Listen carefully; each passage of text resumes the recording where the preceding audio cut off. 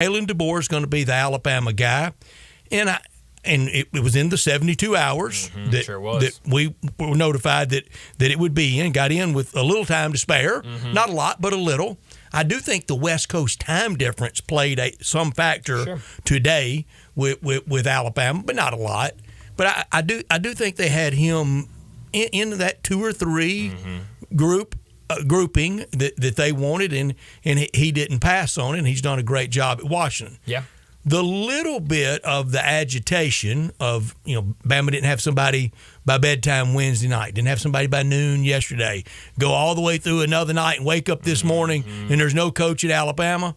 I think a lot of that is exactly what you're replacing. Yeah. What do you think? It was going to be easy? Yeah. I mean, and I had a feeling ever since we started talking about names that, there's going to be some guys that they're not going to want to go and be right behind Nick Saban. It seems like such a hard position to be in because you're following the best coach we've seen in college football. And, that is very difficult. And so, it sounds like Dan Lanning kind of had that same mindset of, look, I've built what I've built here at Oregon. We've got something rolling here.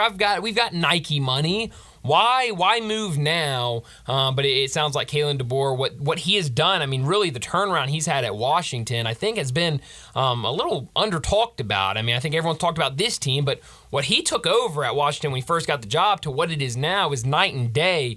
So he's done a great job, and now, now a lot of questions at Washington as well. And whenever they have the press conference, it's going to be the full endorsement, the full support of now retired, well, that's hard to say, Coach Nick Saban. And he has said that and I'm a little surprised that he's talking like he'll be around a lot and he's going to have the office at Bryant-Denny. I think that will wane in time of being around. We mentioned a lot of reunions to go back to, and they've been very happy there. There's so many things that was missed on the day that Mal Moore finally got his guy in Nick Saban. Yeah. And Nick Saban through that was so adamant that he wasn't leaving the Dolphins. He wanted to do the NFL thing. So many people missed on the money of how outrageous it was. Can you believe we're paying a football coach this kind of money? They flat out stole him. It's just peanuts to what he made the university, what he made commercial real estate in Tuscaloosa, how the campus was reshaped. They got a steal in him. Another thing, he won't be there 3 years. He's always quick to leave. He's going to get in there and he's going to get out.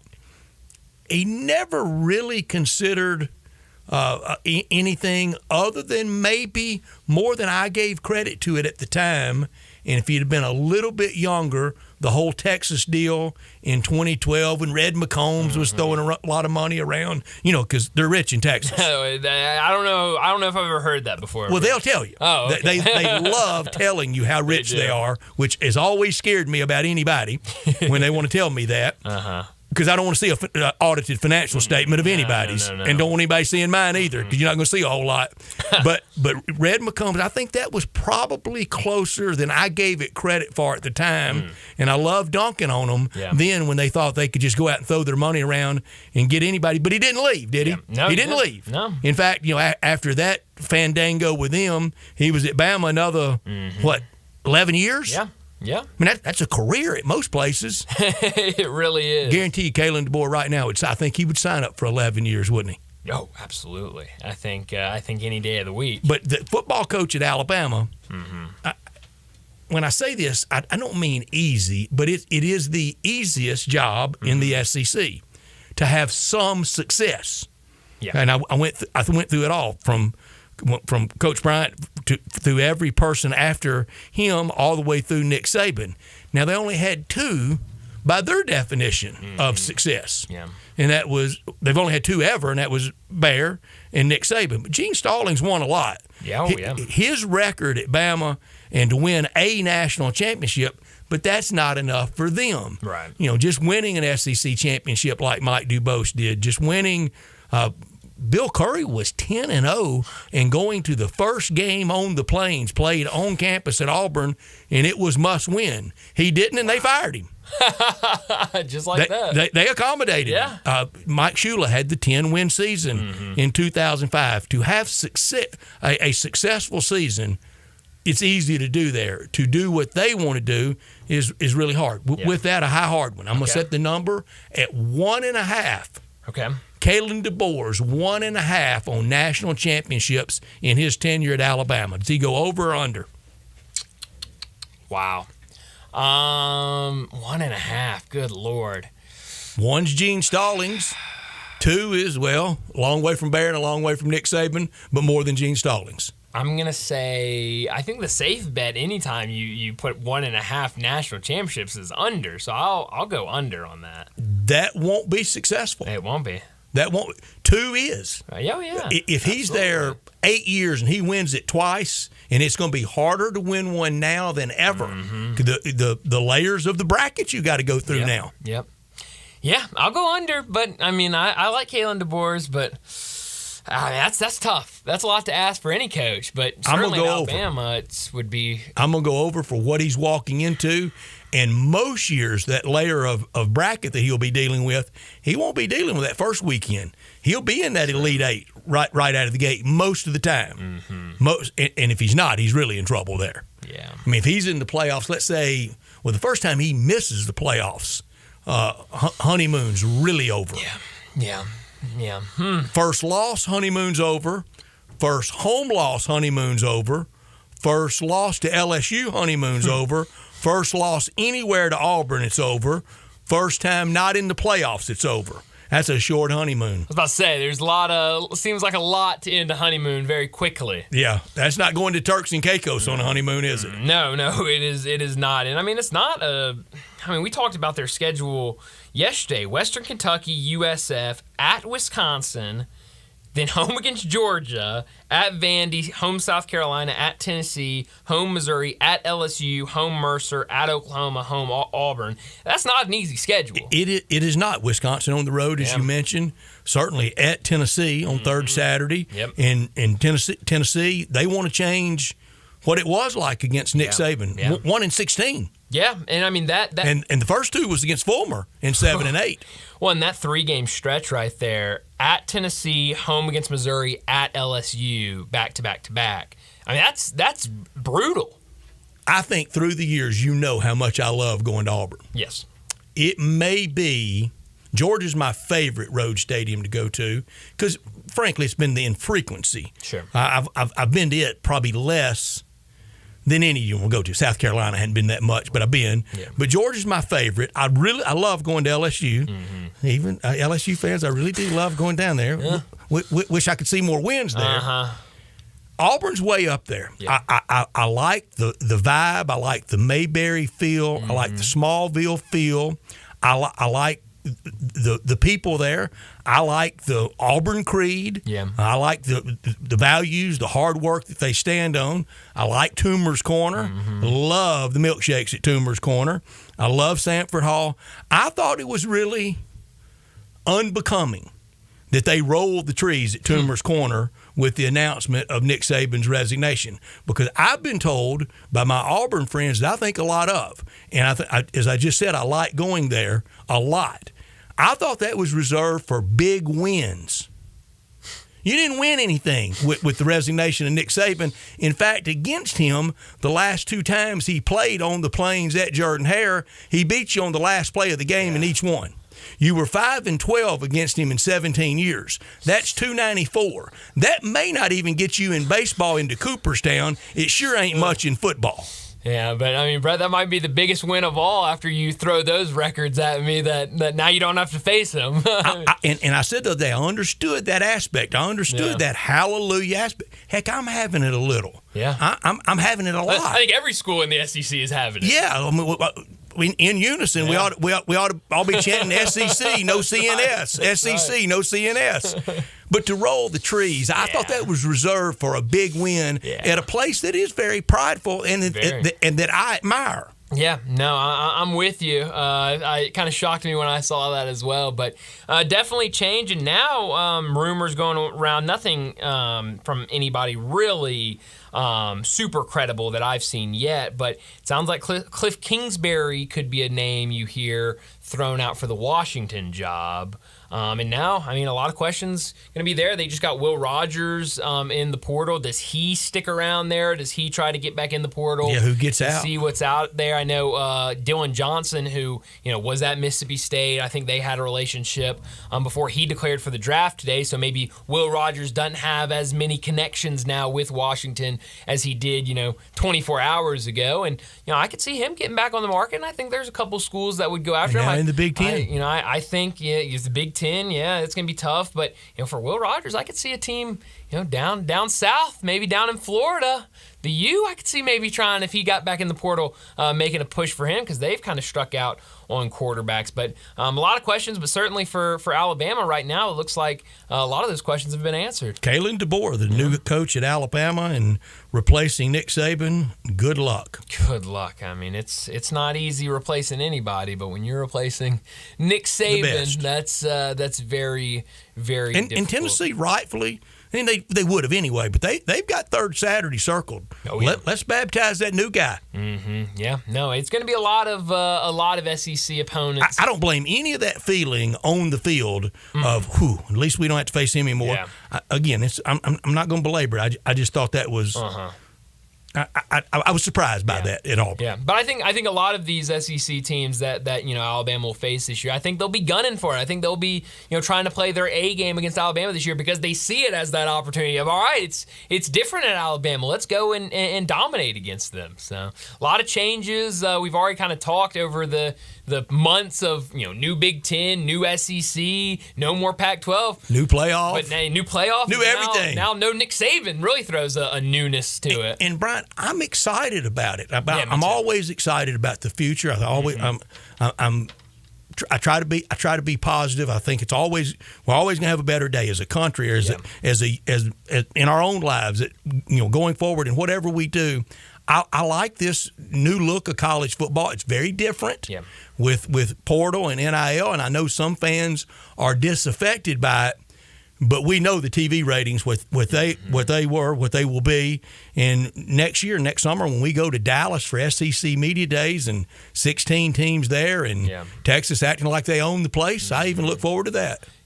Yeah, no, I'm ready for it. It's going to be a line forms at the end, Longhorns. Sure does. You're the newbie. You're the new guys. But let me go ahead and set up today's show before we get to top and not top story of the day. 3:30, Alan Bell from the AB3 will join us, talk some wagering, a lot of NFL to get to today with Wild Card Weekend upon us. 3:45, we'll talk Grizzlies, a big weekend for them. They've got the Clippers at home tonight. They turn right around tomorrow to face the Knicks before Monday, their MLK Day. You know what tomorrow night is with the Knicks in town? What's that? The collision. Okay. When the two superpowers of dress in the NBA come together. Clyde Frazier and Rob Fisher. Oh, man, that's going to be fun. I always forget about that until the day of, and I see all the pictures. And Rob's tweet's always great. Oh, yeah, that would be a lot of fun. But it's a busy, busy weekend for the Grizzlies. We'll talk to them at 3:45. 4 o'clock, Bruce Marshall from Vegas Insider, CBS Sports, and BamSports.net will join us.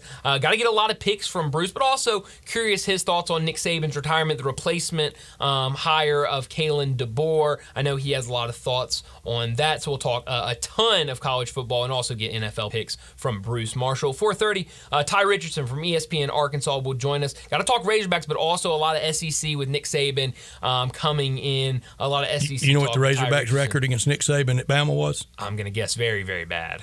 The first number is a 0. Really? The second one's 17. Woo. They're really glad, but they didn't roll any trees. They did not, no. And also a 0 in front of that conference basketball record right now for Arkansas. Really bad as they head down to Gainesville tomorrow to take on Florida. So we'll talk a lot of SEC, a lot of Razorbacks with Ty Richardson at 4:30. 4:45, we'll get to big number of the day. 5 o'clock, Jason Munns, he covers the Tiger basketball team for the Commercial Appeal. He'll join us. We'll talk about what happened earlier this week. He's got to head to the North Pole. He sure does. I hope he packs well.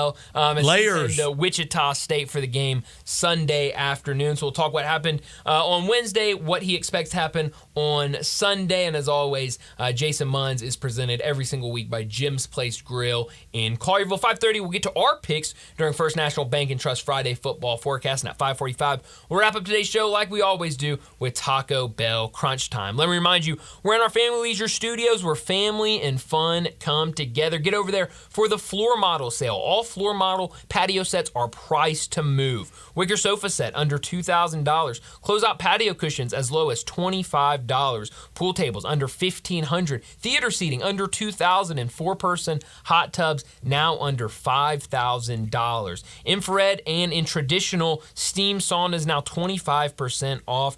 Get ready for summer and purchase your above-ground pool now to get first in line for installation. Feels weird talking about that with all the cold weather we're about to have, but you want to make sure you're first in line because summer will be here before you know it, and that special financing is still available. Family Leisure, 2120 Whitten Road, just north of I-40. Johnny Hill is our producer. It's Brian and Brett with you until 6 o'clock with Sports Time, and you can reach us at 901-360-8255. Text or call in this hour, brought to you every day by Lexus of Memphis at 2600 Ridgeway and online at lexusofmemphis.com. Great offers on all 2024 models and always special leasing options at the one and only Lexus dealership in town. Call them at 901-334-9673. Drive in luxury and confidence, knowing that every new Lexus comes with complimentary first and second maintenance services. Stop by today at Lexus of Memphis at 2600 Ridgeway and put yourself in the driver's seat of the all-new 2024 flagship LS500, and you'll be driving in style. When you purchase a Lexus, you get top-of-the-line engineering and design, and they make for the luxury driving experience.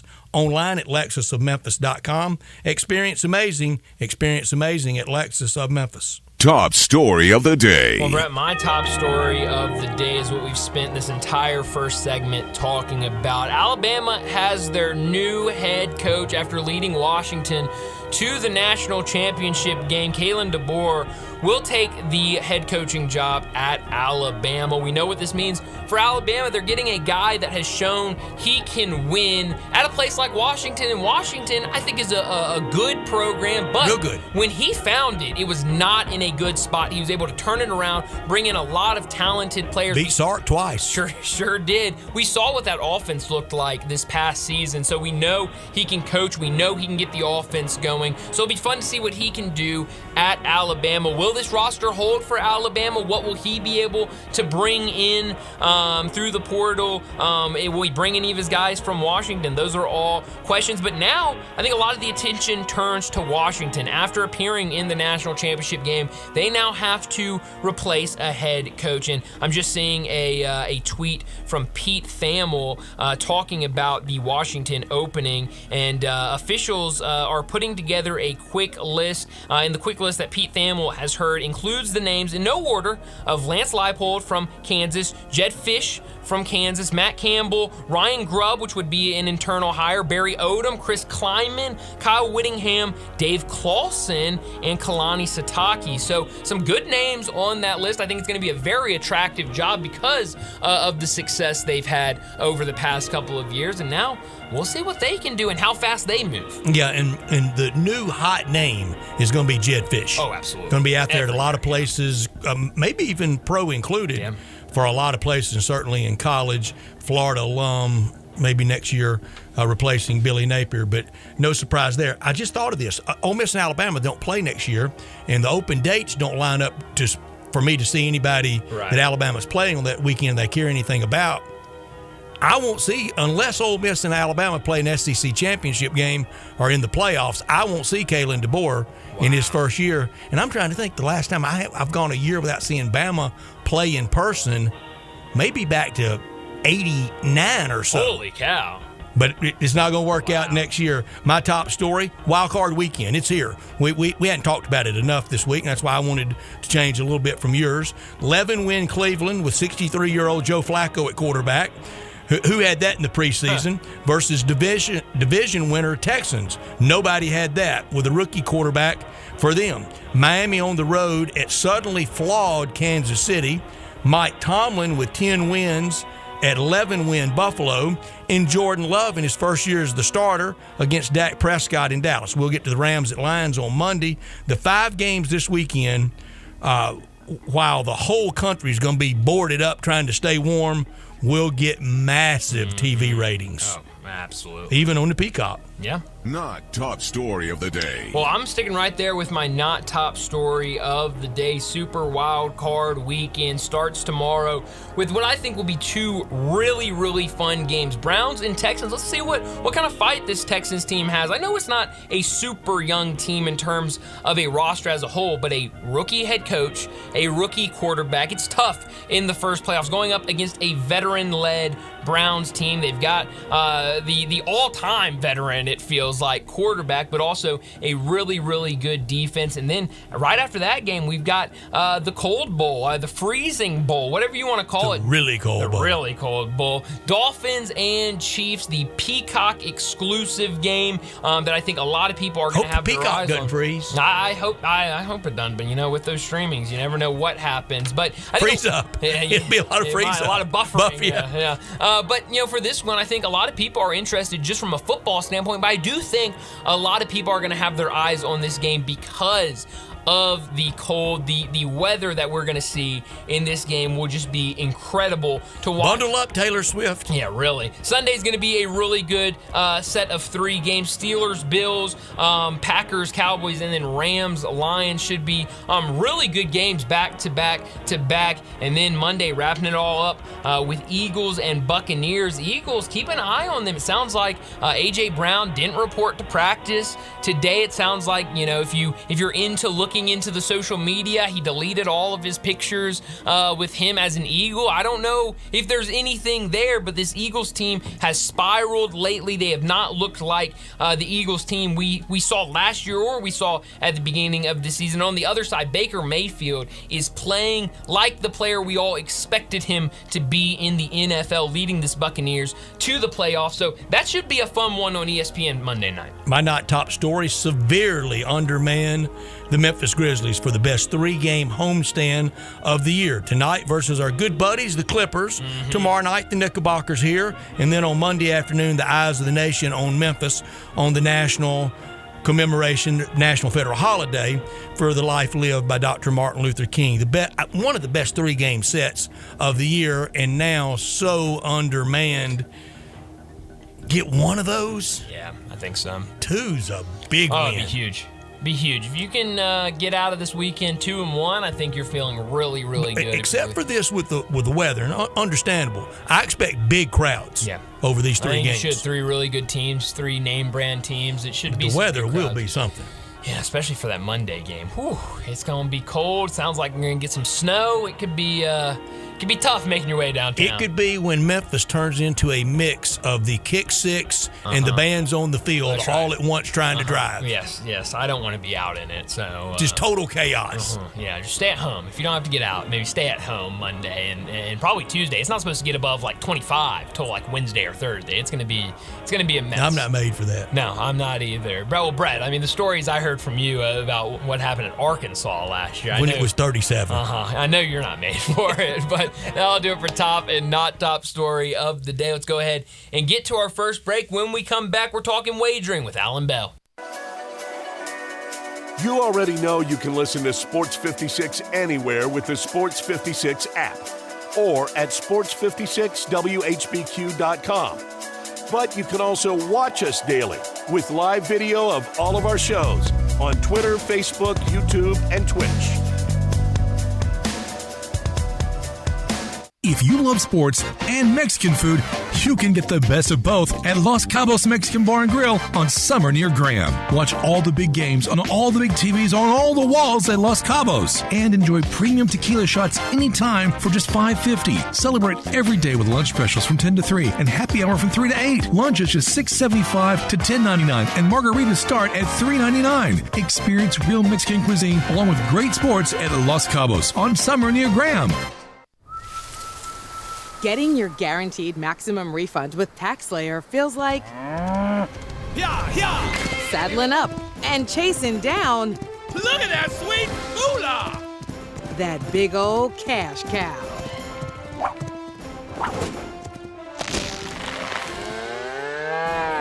Look at all that money! File for free with TaxSlayer Simply Free and get your guaranteed maximum refund. TaxSlayer. File fearlessly. Getaway Sports Bar, the best kept secret in town, open noon to 1:30 a.m. 7 days a week. Garvin, the owner, created this SEC NFL Dream Bar over 20 years ago. You'll never miss a minute of action. 10 TVs, 5 70-inch TVs for all the big games. Rack them up on 6 pool tables. Coldest beer in town, grab you a pool stick and get you some good bar grub. 100% Angus burgers, big and moist chicken tenders. Daily happy hour Monday through Friday, 2 to 6 p.m. with long neck domestics, $2.25. Getaway Sports Bar, 4632 Winchester. Cashback is not available on gas in New Jersey and Wisconsin. Billy, your gas light's on. We need to stop and fill up. No way, Jen. Gas around here is too expensive. We can make it a little further. Billy, listen to your big sister. You don't need to drive all over searching for the lowest gas prices. Do what I do and use Upside. Upside? Do you live under a rock, Billy? Upside is the hottest cashback app out there. It's free to download, and you get real cash back for every gallon of gas you buy. I use it all the time, and I've already made around $200. You can make that kind of cash back just for buying the gas you have to buy anyway? Yes, I'm looking at the Upside app now, and there's a gas station at the next exit offering 25 cents per gallon cash back. Okay, I'm stopping to download Upside and fill up my tank. Download the free Upside app now to earn cash back every time you buy gas. Use promo code FRIEND to get an extra 25 cents per gallon on your first tank. You can cash out anytime right to your bank, to PayPal, or a gift card for Amazon and other brands. Just download the free Upside app and use promo code FRIEND for a 25 cents per gallon bonus on your first tank. That's code FRIEND for a 25 cents per gallon bonus.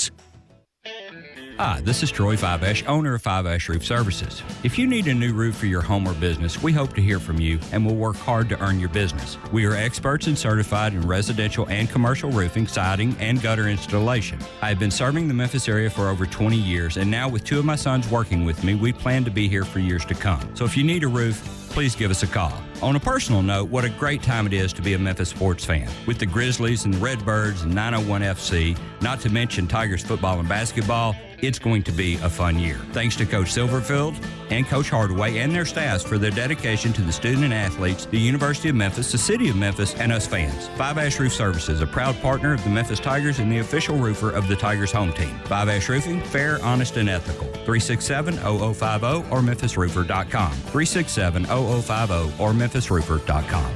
Fiveash Roofing, it's what we do. We're here for you. Sports 56 traffic. Good afternoon. A couple of EMS calls being run out here right now. Traffic still looks good over here at I-40 at Warford and Hollywood, headed south of Memphis, down I-55 into South Haven, into DeSoto County. Not bad right now. A little bit of radar. I-40 as you head through parts of Arkansas this afternoon towards Forest City. Be careful. 24/7 reliable crane and rigging services right here in Memphis. It's got to be Tomahawk Crane and Rigging. Check them out at tomahawkcrane.com. I'm Commander Chuck with your on-time traffic. Let's make some money. It's time for Wagering Talk with Alan Bell from CBS Sports. Alan is the executive producer of Early Edge, part of CBS Sports Digital, and on Twitter X at Alan G. Bell. Here's Alan with Bryant and Brett. Alan Bell. None of that intro's true anymore. No, it's but not. We do have Alan Bell. The one true thing is we do have Alan Bell. And that's the main thing. That's right, from the AB3. Go check it out on YouTube. A lot of big things coming up from Alan Bell. We'll get the intro updated, and Alan. we will. But Alan, thanks so much for joining us. Tell us about the AB3. I know y'all have got some live shows coming up, some daily shows coming up. What can people expect over at the AB3 now that y'all have got it up and going?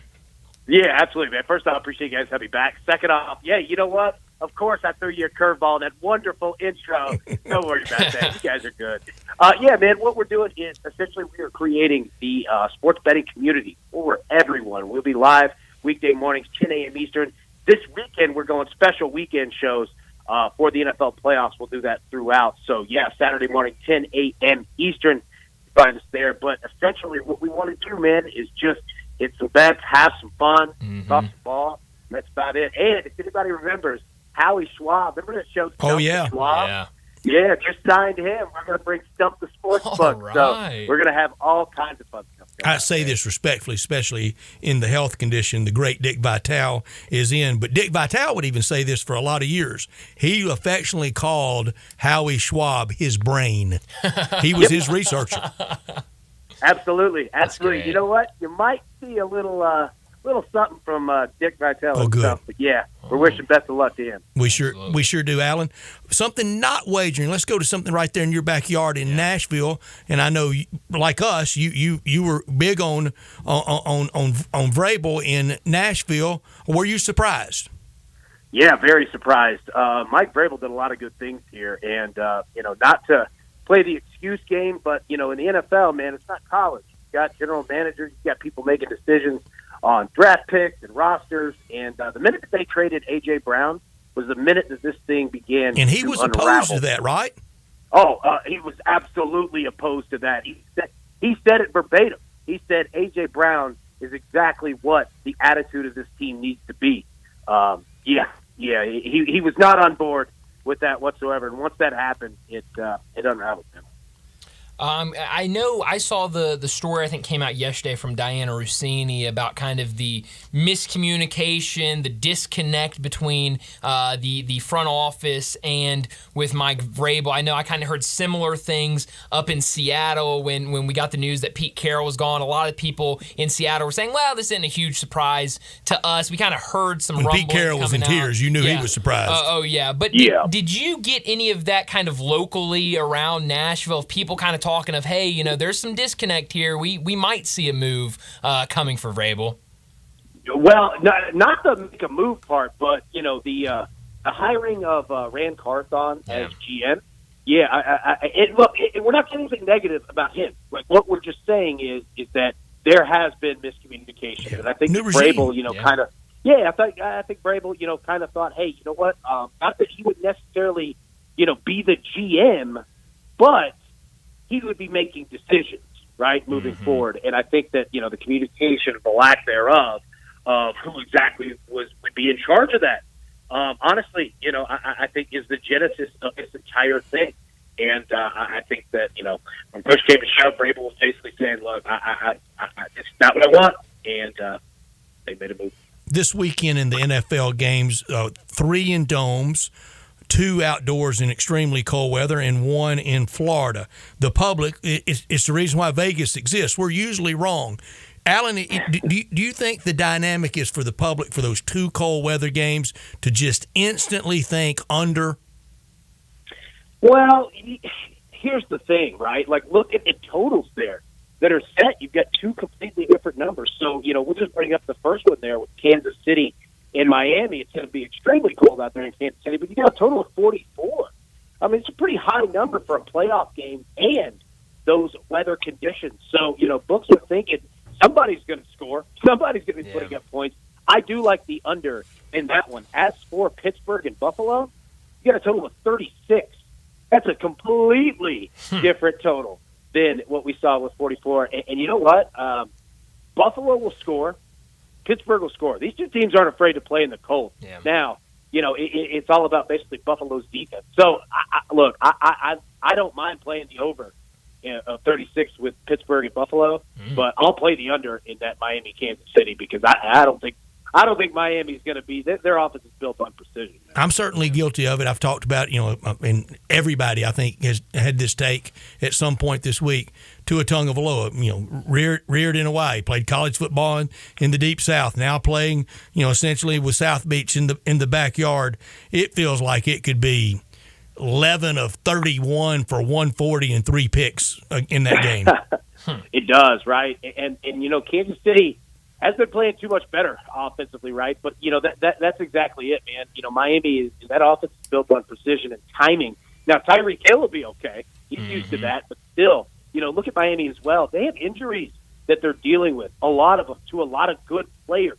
So that's really my concern, with that game. And I think that, if Kansas City gets themselves a lead, they're going to try to run the ball, run that clock out. The last thing that you want to do is get in a shootout. That's the last thing that you want to do. So, yeah, man, I'm definitely feeling the under in that game. Would you bet a Tua turnover, a Tua interception? Oh, yeah, 100%. I'd bet it on both of them, to be completely honest with you. But, yeah, definitely Tua throwing a pick for sure. Well, let's start with the first game of the weekend tomorrow afternoon. Browns-Texans. You've got the young quarterback, the young head coach for the Texans, and the veteran quarterback for the Browns, the great defense that they have up there in Cleveland. Right now, Cleveland about a 1.5, 2-point favorite. That total sitting at 44.5. What do you like in that one? Yeah, so I'll be honest with you, man. I like Houston in this one. Wow. I'm going to say Houston with the points. Yeah, look, I love what Joe Flacco and Cleveland has done, but here's the problem. Houston is built for this type of a game, and what I mean by that is that they have nothing to lose. Mm-hmm. Like, they are playing with house money. Who would have thought that they'd have gone to the playoffs and hosted a playoff game? Rookie coach, right? Rookie quarterback. Nobody had that. Exactly, man. Like, this is all house money, and it is dangerous when you can't score points. I'm not saying that Cleveland can't at all, but it's tough, man. Right? Like, they've got to build some drives and get things going. Look, I'm going to take Houston with the points here. I think Houston honestly wins this game outright, but I'll take the points. What about that over and under in that game? It was 36-22 on Christmas Eve, Browns beating Houston. Yeah, I like the over 44.5. I think it's somewhere where it sits right now, 44, 45, somewhere in between.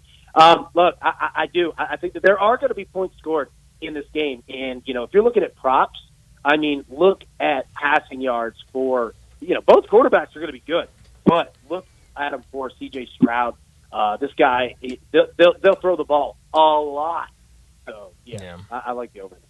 Well, I've got to get to my Cowboys on Sunday afternoon. Packers-Cowboys. Right now, Dallas, a 7-point favorite. That total sitting at 50.5. Mike McCarthy's going to have a lot of eyes on him with Jerry Jones basically saying we're keeping an eye on what he does from game to game, and we'll make a decision after that. What do you like in this one on Sunday? All Cowboys. All Dallas Cowboys. Look, I'll take the number. Give me 7 right now. I'll take it. I think that Dallas, they all know what time it is, right? And this isn't the Cowboys of 3 years ago. Everybody's kind of young. Like, they get it. Like, trust me, Mike McCarthy, he knows what time it is. Dak Prescott knows what time it is. CeeDee Lamb as well. This team is too good. I think that they come out early and just throw haymakers, put up points, take Green Bay out of this game. I think betting Dallas in the first half is a good play. But I'll take Dallas with 7. I think that they win this game pretty comfortably. But the pressure really is on the Cowboys, isn't it? It is. And that's why I think that, them starting fast, right, is so incredibly vital for this game. Because if they do that, then you take that first round. The longer it goes, you're exactly right. Like, they do not want to mess around with that. So I think they come out unbelievably aggressive in the first half. I know you talked about the total for the Dolphins-Chiefs games earlier, but do you like one of the sides? At Kansas City, a 4-point favorite in that one that's going to be just incredibly cold. Do you favor either side? Yeah, I like Kansas City. I think that, they're solid. They know what they're doing. They've been here before. And, all the questions that we've seen with Kansas City, that happens every year. We do that all the time. And, look, they're not the same team as what they were. They're not the same team they were last year, right? But I mean, this is old hat, for guys like Mahomes, guys like Andy Reid, Travis Kelce, and them. Yeah, I'll take KC with the points.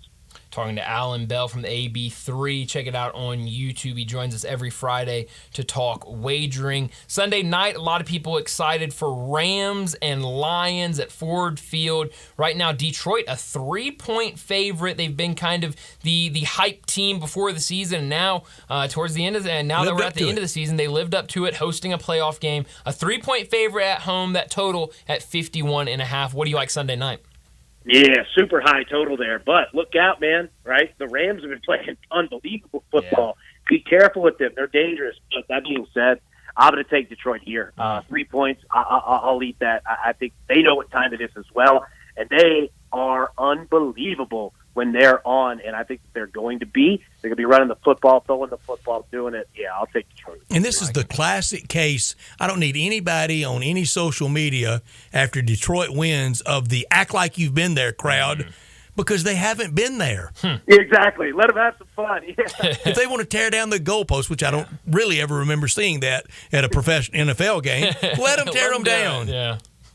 Yeah, 100%. Yeah, let them enjoy it. Last thing for you, Alan, before we let you go. I know we try to stay away from the Monday games because it's just so far in advance on a Friday, but Eagles-Buccaneers Monday night on ESPN. The Eagles have been kind of going in the wrong direction while Baker Mayfield has been playing really well for the Buccaneers. Right now, the Eagles, a 3-point favorite on the road. That total sitting at 43.5. Do you like anything yet Monday night? Yeah, I like the under in this game. Both of these teams have issues in regards to health and their offense and everything. And look, this is going to be a game of get a lead and keep the other team off the field. There's going to be a lot of running the football, a lot of not making mistakes, but a lot of punting the football. I love the under 43.5. I like it. Well, it's going to be a fun weekend in the NFL for Super Wild Card Weekend. But as always, Alan, thanks so much for joining us. Good luck, and we'll do it again next Friday. Hey, look forward to it, boys. Appreciate you guys, man. Have a good weekend. Thank you, Alan. Stay warm in Nashville. Bryant, we do all these picks, and we're going to do our picks at 5:30 in First National Bank Friday football forecast. We do all those W's and L's preseason. We stand by them. Yeah. All the Tennessee fans still mad at me, and everybody laughing at me over Joe Milton winning the Heisman in Tennessee. Got to take a stab at it. Winning it all, not so much. So I got the magazines out from preseason. Here's Lindy's top 10. Stop me when you think it's something glaringly wrong. 1, Georgia. 2, Michigan. 3, Ohio State. 4, Bama. 5, LSU. Yeah, maybe there. Not too bad, though. Not too bad. But certainly not 5. No. 6, Florida State. 7, Washington. They're certainly in the news today. 8, Penn State. Not too bad. Not too bad. 9, Texas. Okay. Here's one. 10, USC. Ooh. We all miss. Yeah. 11, Clemson. How bad a miss? They missed, but how bad? Well, I mean, Clemson did them favors towards the end of the season. Took Tyler from Spartanburg to save the season. Sure did. 12, Notre Dame. 13, Tennessee. 14, Kansas State. 15, Utah. 16, this was way too heat of the moment, TCU. Yeah, that's the biggest miss. 17, the Beavs, Oregon State. 18, Oregon, missed in the wrong direction for them. Yeah, sure did. 19, Wisconsin, just 7, 8-5, 7-6 first year. 20, Ole Miss, finished 9. Wow, yeah, so that was a miss in the wrong direction. Oklahoma 21, Iowa 22, Texas, San Antonio 23. Frank Harris, well, early they would have been there. Yeah. If he had stayed healthy that entire season, they probably would have been up there. But no, I think it's pretty good list. 24, Spencer Rattler gets everybody again. Shane Beamer gets everybody again. South Carolina. 25, Tulane. I go to Lindy's. They're about the same on rankings, but I go to Heisman Watch. Number 1, Caleb Williams. We all thought he would join Archie Griffin. Right. The team, I mean, he was good. The team wasn't. Yeah. 2, Michael Penix. Okay. 3, Jordan Travis. Okay. 4, Bodacious. Wow. Bo Nix. 5, Sam Hartman. 6, Drake May. 7, Jaden Daniels. Wow. 7. He won it in a landslide. Sure did. But I mean, a lot of the names up there were the names involved, so So they missed too, everybody. Yeah, no, they missed, and we sure do. No, we sure do. But no, I think pretty good when in terms of doing something that came out in July or early August. 20th of May. Yeah, maybe. It's tough, especially this day and age of college football, where still when you don't know rosters. Yeah, exactly. I know a lot of people have kind of talked about how much that has hurt them when it comes to preseason magazines and stuff. So I don't put it past them. That seems pretty good in terms. Long time to a WNL season, isn't it?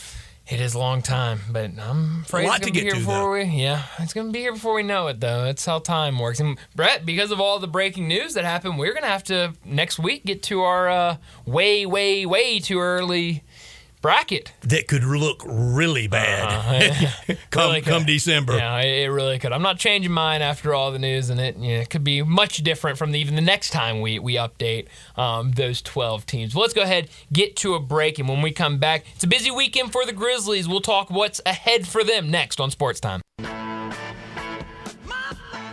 Start your day with Sports 56 Mornings with Greg Gaston and Eli Savoy. Weekday mornings from 7 to 10, right here on Sports 56 and 98.5 FM.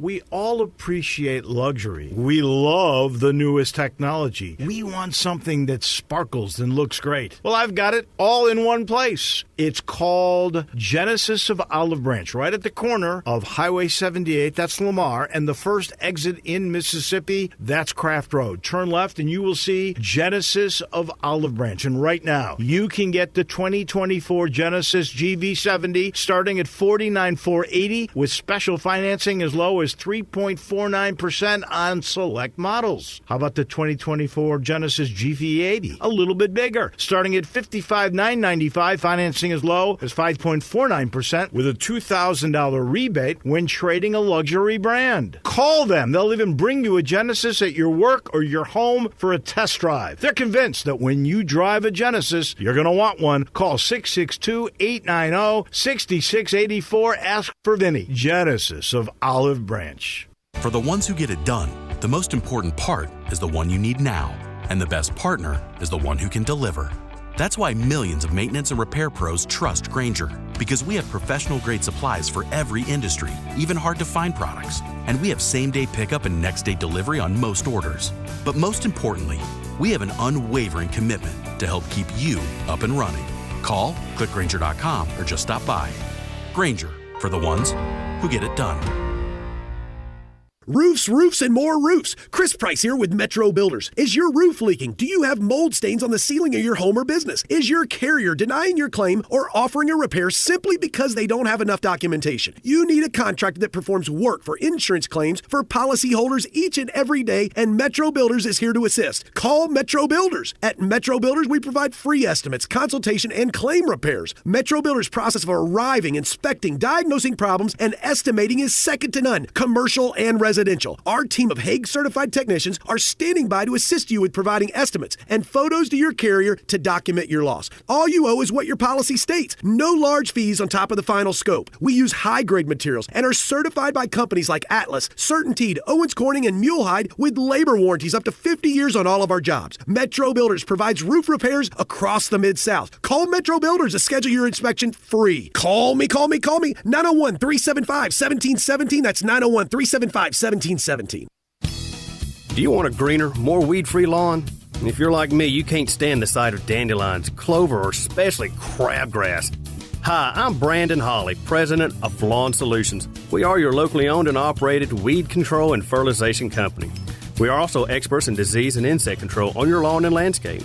Our uniformed technicians are full-time, year-round licensed and certified by the state of Tennessee. Lawn Solutions' personalized service is far more superior to that of national companies that promise but simply cannot deliver. We return phone calls, we keep appointments, and we want your business. What we will not do is bother you with endless phone calls or junk mail. Lawn Solutions will not sell you something your lawn doesn't need. If you're looking for a local lawn care company to kill your weeds and feed your grass, then Lawn Solutions is the finest. Call us at 867-5626. That's 867-5626. Or go online at lawnsolutionsinc.net. From our family to yours, we want to thank you for your business. Now back to Sports Time on Sports 56 and 98.5 FM. This hour is brought to you by Lexus of Memphis. Here are your hosts, Brett Stats Norsworthy and Bryant Dacus.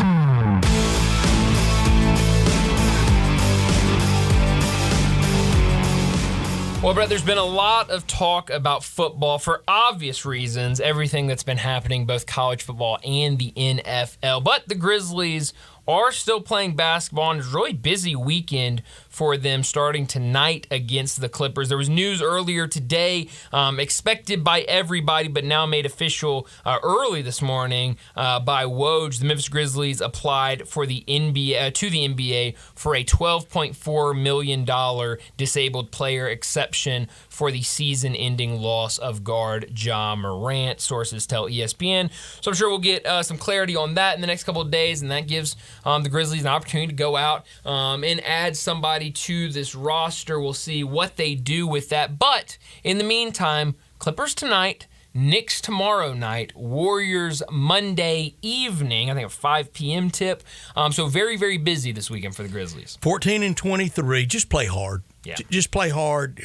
Give the people that are going to be there, I think, in mass and big crowd sizes over these three tonight, tomorrow night, and Monday afternoon. Give them their value. I think they will play hard, and at this point, it falls how it falls. I think a fair-minded person can look at almost too much to bear. When you lose John Morant, Marcus Smart, Steven Adams, and other grumbles, other injuries, I think that's a lot to withstand. Yeah, I don't think anybody's really expecting this team to make that playoff push that we kind of hoped when John Morant returned. And so now I think, go out there, play hard, get some run for these young guys. They can't wave the white flag. No. And they sure can't quit. No. You got to be a pro. No, you can play hard, and I think for the Grizzlies, this is a good opportunity. Get David Roddy more minutes, get Jake LaRavia more minutes, maybe get G.G. Jackson some minutes, and just see what you have in those guys so that when next year rolls around, maybe you can figure out what you want to do with those guys. And I know they know this, but you got to pick your moments with G.G. Jackson. Absolutely. You can play, I say it all the time about college football, you can ruin a young quarterback. Mm-hmm. You can play him way too soon. And remember how very young he is. Yes. Just the travel, the lifestyle. I mean, it's got to be somebody really looking out for his. And I trust that they are. Oh, yeah. And that they will.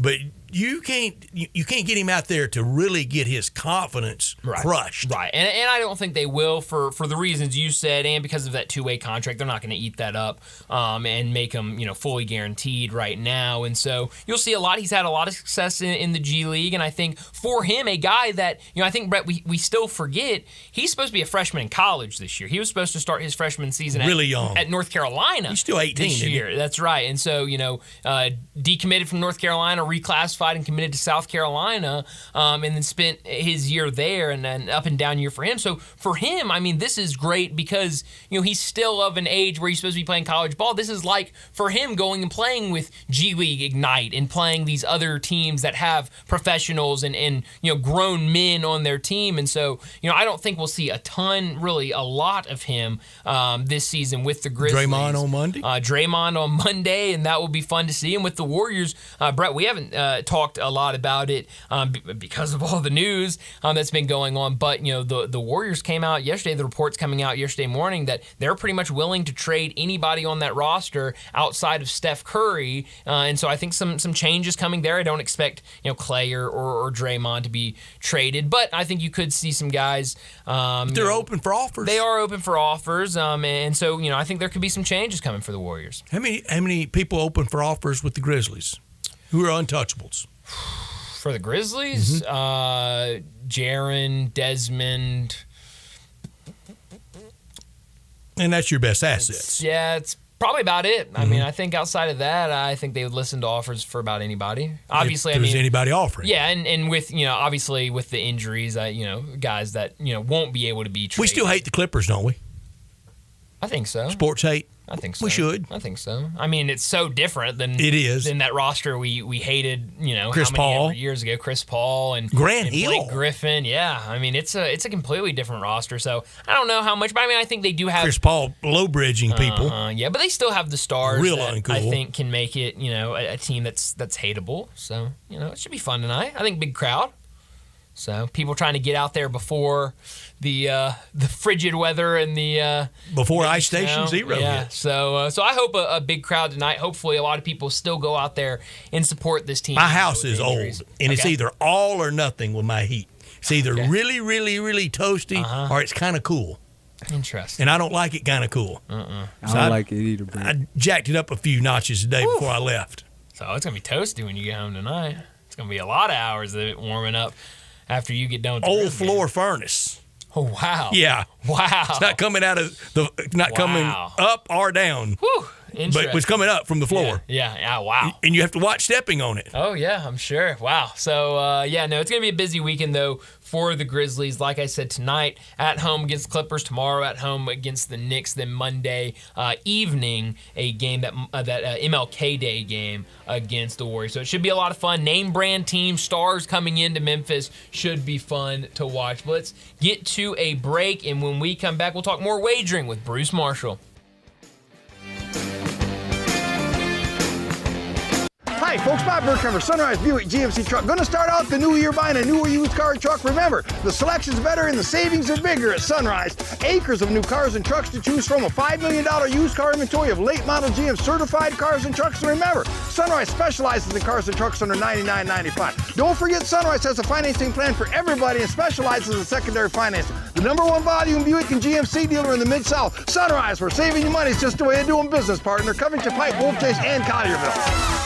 Angie's List is now Angie, and we've heard a lot of theories about why. I thought it was an eco move. Fewer words, less paper. No, it was so you could say it faster. No, it's to be more iconic. Must be a tech thing. But those aren't quite right. It's because now you can compare upfront prices, book a service instantly, and even get your project handled from start to finish. Sounds easy. It is, and it makes us so much more than just a list. Get started at Angie.com. That's ANGI, or download the app today. Cashback is not available on gas in New Jersey and Wisconsin. Billy, your gas light's on. We need to stop and fill up. No way, Jen. Gas around here is too expensive. We can make it a little further. Billy, listen to your big sister. You don't need to drive all over searching for the lowest gas prices. Do what I do and use Upside. Upside? Do you live under a rock, Billy? Upside is the hottest cashback app out there. It's free to download, and you get real cash back for every gallon of gas you buy. I use it all the time, and I've already made around $200. You can make that kind of cash back just for buying the gas you have to buy anyway? Yes, I'm looking at the Upside app now, and there's a gas station at the next exit offering 25 cents per gallon cash back. Okay, I'm stopping to download Upside and fill up my tank. Download the free Upside app now to earn cash back every time you buy gas. Use promo code FRIEND to get an extra 25 cents per gallon on your first tank. You can cash out anytime right to your bank, to PayPal, or a gift card for Amazon and other brands. Just download the free Upside app and use promo code FRIEND for a 25 cents per gallon bonus on your first tank. That's code FRIEND for a 25 cents per gallon bonus. Grapevine Liquor and Wine has the largest selection of bourbon in North Mississippi and wines from all over the world. Let Jimmy the Delta Boy help you select the perfect spirit or wine to impress. Whether you're looking for the best price or a certain flavor profile, Grapevine Liquor and Wines has it. If you want good southern treatment and the hottest prices, Grapevine Liquor and Wine, Getwell Road, South Haven. Hotty toddy, gosh almighty, where do you get your bourbon? Flim flam, bim bam, Grapevine, by damn.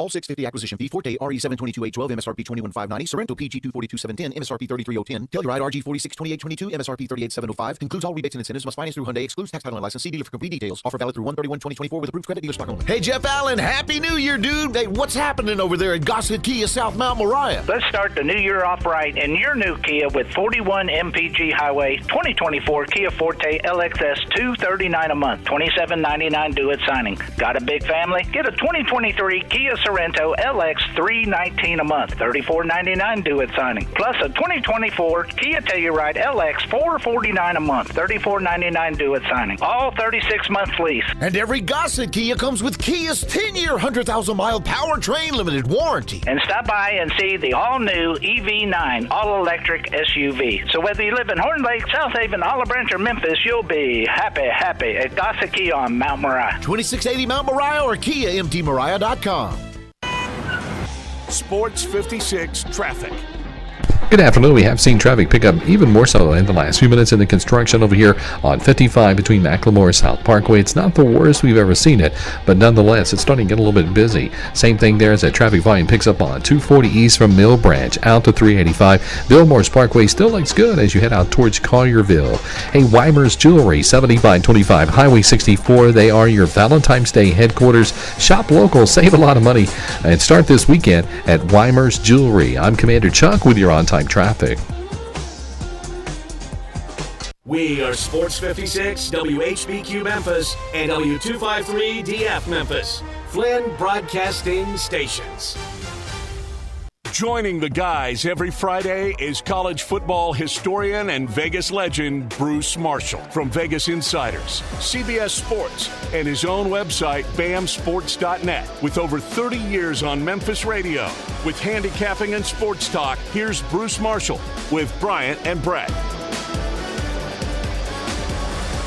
Bruce Marshall joins us now from Vegas Insider, CBS Sports, and BAMSports.net. Bruce, thanks so much for joining us. I know we want to get to these NFL wildcard games, get some picks for you, but I do want to start off with the news coming out this week that Nick Saban has retired at Alabama, and now the new news coming out today that Kalen DeBoer will be his replacement. What did you make of really everything that's happened down at Alabama this week? Yeah, I mean, a lot of people thought that might happen. Though I think this was probably decided sometime in earlier December. I just kept it quiet. And the replacement, this was always going to be a Jimmy Sexton show. Yeah. And Lanning and Sark, they might have had the chance to say no first. And that's understandable because, you follow up a legend. Listen, I remember when John Wooden retired at UCLA and how Danny Crum, who had been his assistant, already been at Louisville, didn't want to be the guy who succeeded Wooden. And Gary Cunningham, his top assistant, also did not want to be the next guy, and that turned out to be Gene Bartow, who only lasted 2 years. Then Cunningham came in 2 years, Larry Brown 2 years. So when you follow a legend like that, it's really, really tough. So I can understand why Lanning and Sarkisian maybe opted away from it. But, listen, Jimmy's got a lot of guys, and DeBoer comes next, and then there's Norvell and Kiffin and who knows else, but they may stop on DeBoer. DeBoer might be the best choice of all of them. He has not worked in the South, though, before, so this is going to be interesting. But, I mean, his credentials the last couple of years, I don't think people realize how bad Washington was 2 years ago. Brian has made that point today, Bruce, and made it well. Yeah. I mean, that was a mess up there with Jimmy Lake, and that only took a year to really unravel that whole thing. And he put that thing back together immediately up there. And just like he did right when he got to Fresno, and he came in there in the COVID year, so you don't want to put too much stock in that. But in 2021, Fresno was awfully good, and they had sort of fallen down right after Jeff Tedford left the first time there. So DeBoer his chops are pretty well established. Now, will Tuscaloosa eat him up? I guess we'll just have to find out. But he's maybe the best guy out there for the job. Well, it can squeeze you to death, and they're going to squeeze, and they're going to squeeze tight, but he's going to have Coach Nick Saban there. Coach Saban has said he's going to stay around. He's going to have an office at Bryant-Denny. I go back to what you talked about with the exit of the Wizard of Westwood, John Wooden, and Coach Bartow told me, the late, great Gene Bartow told me many times in conversations for the enormous respect that he had for John and Nell Wooden and what he accomplished in the sport. That didn't do him any favors, him staying around and being in that seat courtside at Pauley Pavilion. It did not. You're very right about that, because Wooden was very visible, and you wonder how visible Coach Saban is going to want to be. Now, if you can sort of have an office there and be out behind the scenes, but if he's there at every game and they're showing him at every game, that gets into that Wooden territory there. And Wooden did that as long as he was healthy. I mean, into his 90s, he was still coming to the games, or at least as long until his wife got ill. So that really was a negative for Bartow.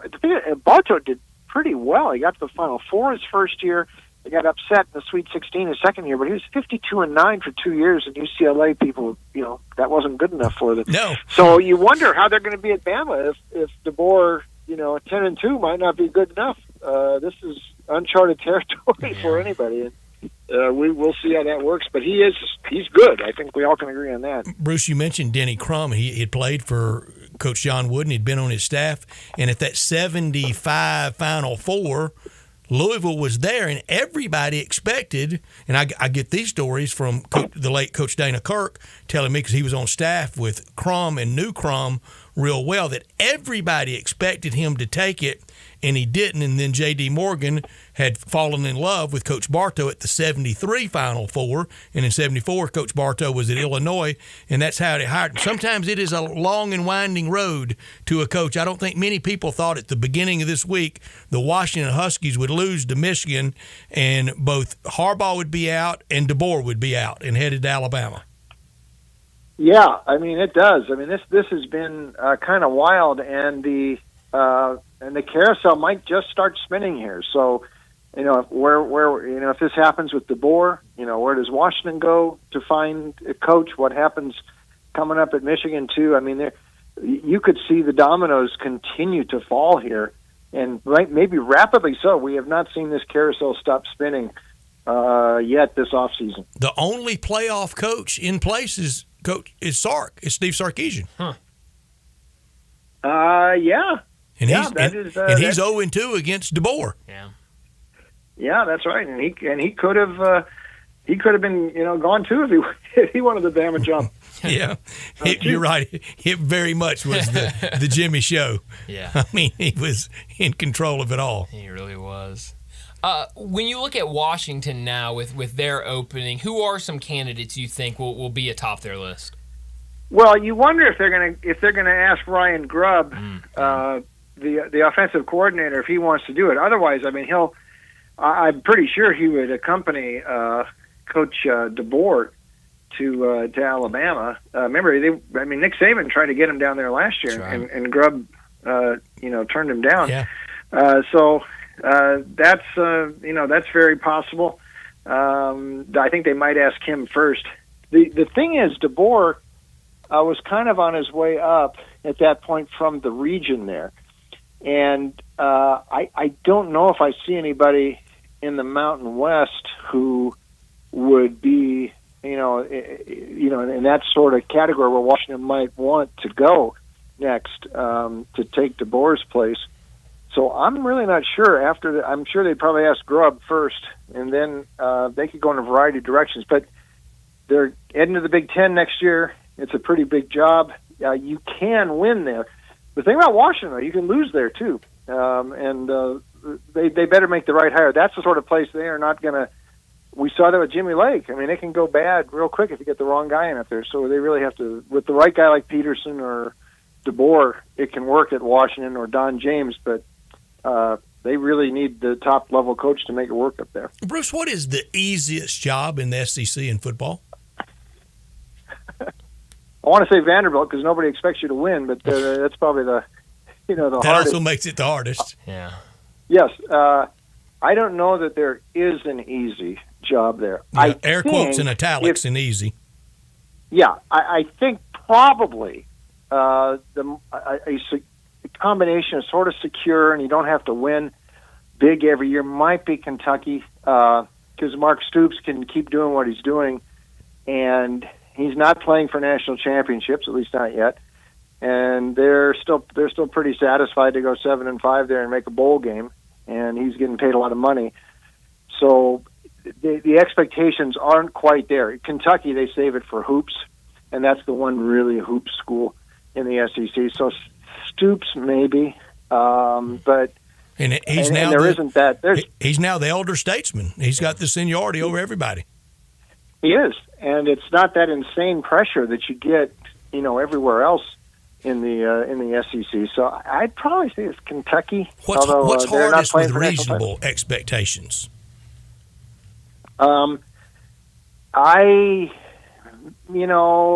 Maybe it's Ole Miss, because I don't think Lane can probably stay as long as he wants if he keeps doing as well as he has. But they don't have to necessarily win a national title. You know this better than me, Brett. You're closer to it. But maybe it's Ole Miss. All these other places. Napier's already feeling it at Florida. They want to win national titles there. Heupel's going to start feeling it at Tennessee. They seem to think they have to win national titles. We know Kirby's flying high, but if he slips down, Georgia's going to let him hear about it. Gosh knows A&M does that. You got two schools coming in, Oklahoma and Texas. They want to win big. Brent Venables ain't going to be able to stay there too long if he isn't getting into a position to win a national title. But I think, Ole Miss, you can win there and do well, but I don't think they're going to put you under the fire if you don't win a national title there, or play for one, more than at least half these other schools in the conference. Yeah. Well, speaking of Seattle, there was another big coaching change up there with the Seahawks, and Pete Carroll now out. He'll have a different role inside the franchise, but not the head coach. How surprised, if at all, were you surprised at that move? I was surprised because I didn't see it coming then. Yeah. I thought at some point Carroll's going to step away, but I thought it would sort of be on his own accord. Mm-hmm. And I still believe that he may end up working as a TV pundit next year. That's a natural for him. He's glib, He's energetic. You know, he could move right in that Fox set, sure. and he'd be the young in there with Johnson and Bradshaw are both older than him. So he'd actually 72. He'd be the young guy there. So I think that's what he's going to do. And this is sort of a transitional move. They say advisory role, but I something tells me we'll see him on TV next year. I was surprised at the way that happened, kind of unceremoniously, just as I was a little bit with Mike Vrabel. Not that they made a change there, but it was sort of unceremoniously, so I thought it'd be a little bit of a easier decoupling there. But the way those both came down sort of surprised me this week. Yeah, it shocked me. Both of them really shocked me. Bruce Marshall, he joins us every Friday afternoon from Vegas Insider, CBS Sports, and BAMSports.net. Let's get into some of these games this weekend, Super Wild Card weekend, and you look, the two biggest stories are this Dolphins-Chiefs game and the Steelers-Bills game because of one insane cold, the other insane snow. It's going to be very cold at both places. I know Brett asked this question earlier, and so I'm going to try to repackage it, but when you look at those totals, right now, Dolphins-Chiefs at 44.5, Steelers-Bills at 33.5, I think a lot of people would say because of how cold it is, because of the snow, it's going to be slow. It's going to be low scoring. Us neophytes run to the under. Yes, it seems like a lot of people would run to the under. What do you see when you look at those totals? Well, Miami, Kansas City, on a fast track, I would look under because that's the way they've both been going. And they played a game in Frankfurt where the conditions were okay in November. It ended up 21-14 with a defensive touchdown in that game for Kansas City. So that's an under game. 44.5 is too high on a fast track there. And if anything, sometimes this weather can create mistakes that could actually enhance a score line. Yeah, and by the way, one thing I know somebody was saying today that Tua's record in cold weather, he said beneath 45 degrees. But the difference between 45 and -5 is the difference between 95 and 45. I mean, you can't. It's crazy. 45, -5. We're talking Arctic. I mean, this is penguin weather. So nobody's had much experience with that. The other game, I think, is actually more of an over because Pittsburgh, with their ability to run pretty effectively with Najee especially, is running very hard lately, sort of an all-terrain runner. And Mason Rudolph, big play capability. The chance for mistakes. Josh Allen's made some mistakes this season. 33.5. Listen, Buffalo has not gone beneath that total since back in earlier mid-October against the Giants. Like 10, 11 straight games since then, they've gone above that. And I know the weather's going to be worse here. It was cold last year when they played Miami in the first round. That thing landed on 65, and it was cold the next round against Cincy, and that landed on 37. 33.5 is an awfully, awfully low number, so that one I might look over. Bruce, even some thought given to maybe delaying the game, pushing it back to it got warmer. I don't want to sound like that guy, but that's not a crazy idea. When I see Bob Lilly talking about New Year's Eve 1967, and when they were leaving Green Bay, he looked down at the stadium and thought, we're lucky to be alive. I agree with you because when you're talking about frostbite, and I mean, a lot of those players suffered for the rest of their lives after that game. And the fans, I mean, a lot of them at the game, they were so bundled up and they were drinking whiskey to keep warm. I mean, it's not good. But listen, the NFL has sort of sold its soul in the last couple decades here. When you're playing games, midweek games, they used to put in the Monday night games were the night games. And even when you got into December, it was always in warmer weather sites in December. They'd go to Miami. They'd go to one of the California spots. Now you see games in Chicago. You see games, at the Meadowlands. You see games in Philadelphia, Kansas City. I mean, these places are frigid that time of year. New England and Green Bay. I mean, they have had no hesitation scheduling games for the weather for a long time. So they seem to have sold their soul a long time ago, and they don't seem to care about the weather conditions and all. But any sane person would say maybe we should delay this a little bit. They're so locked in with the TV stuff. Listen, even in European soccer, if the weather's too cold, they won't play the game.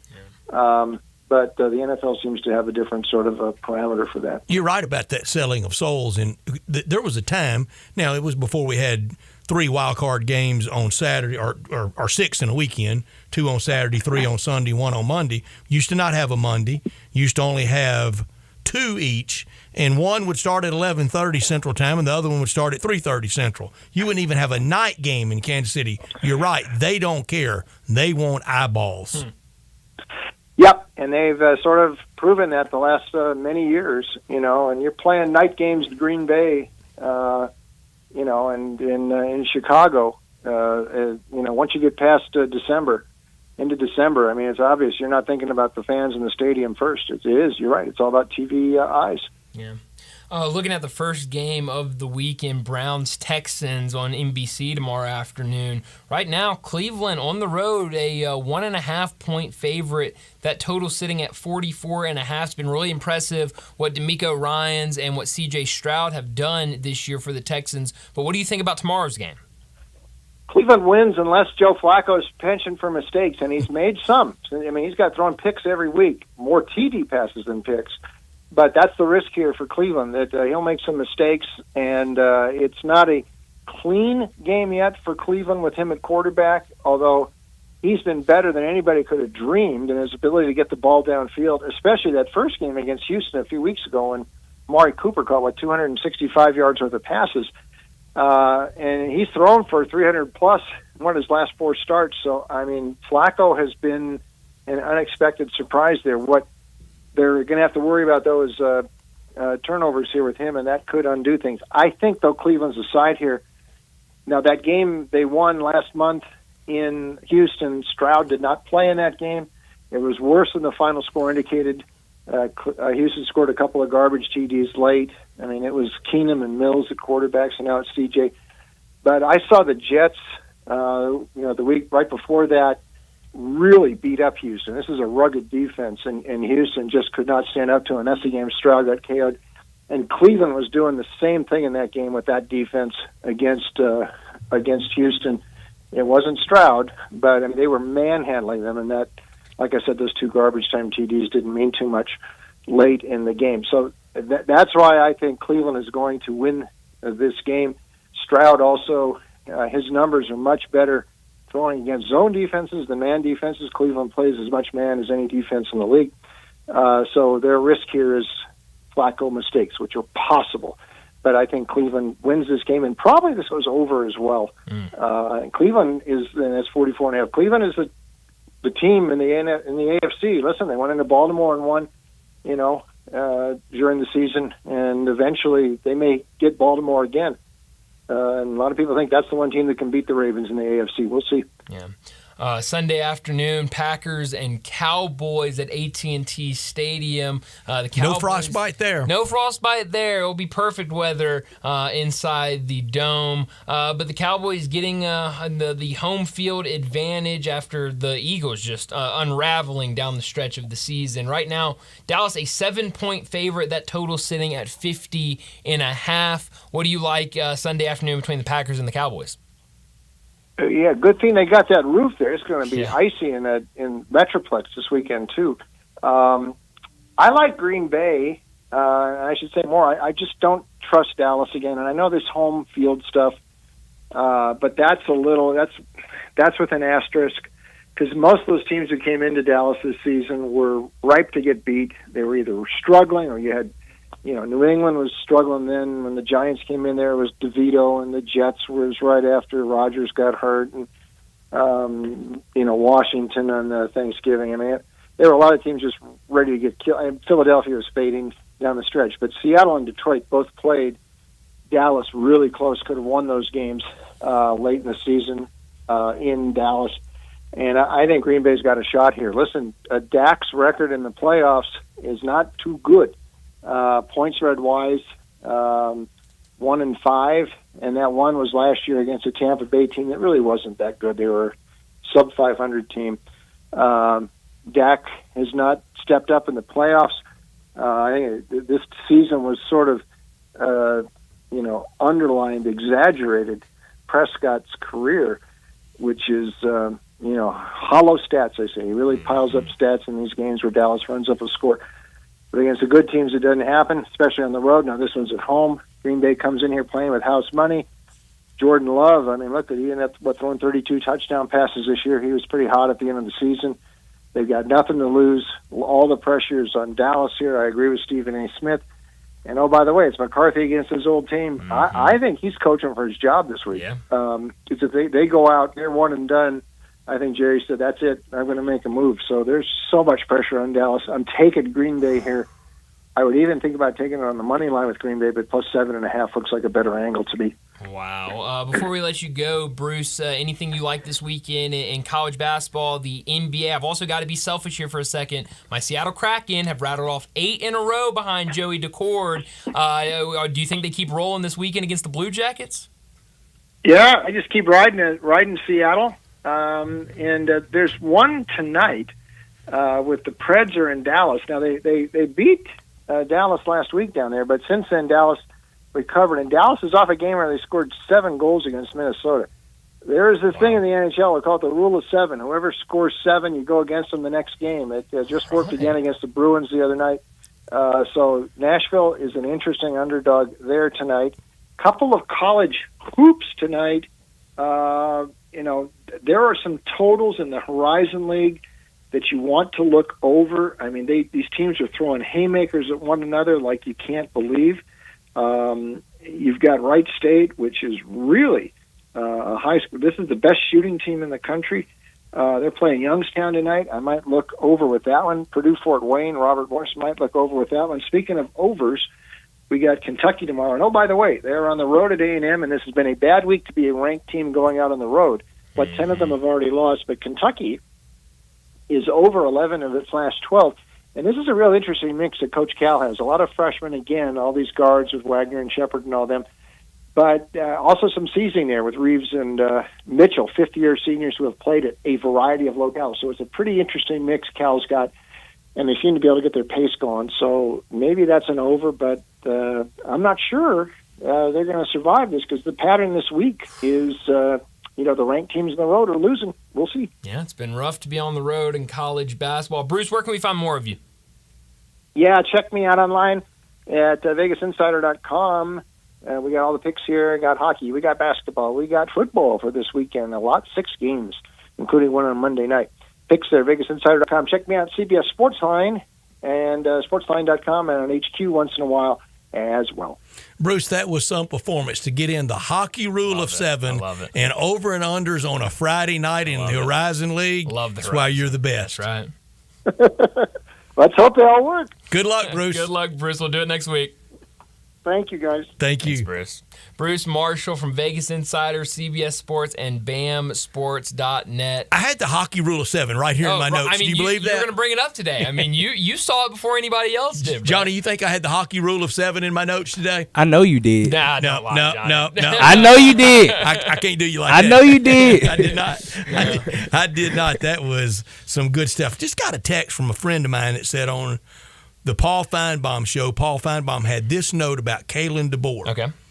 He hit over 500 with 37 home runs as a college senior in NAIA baseball. Wow.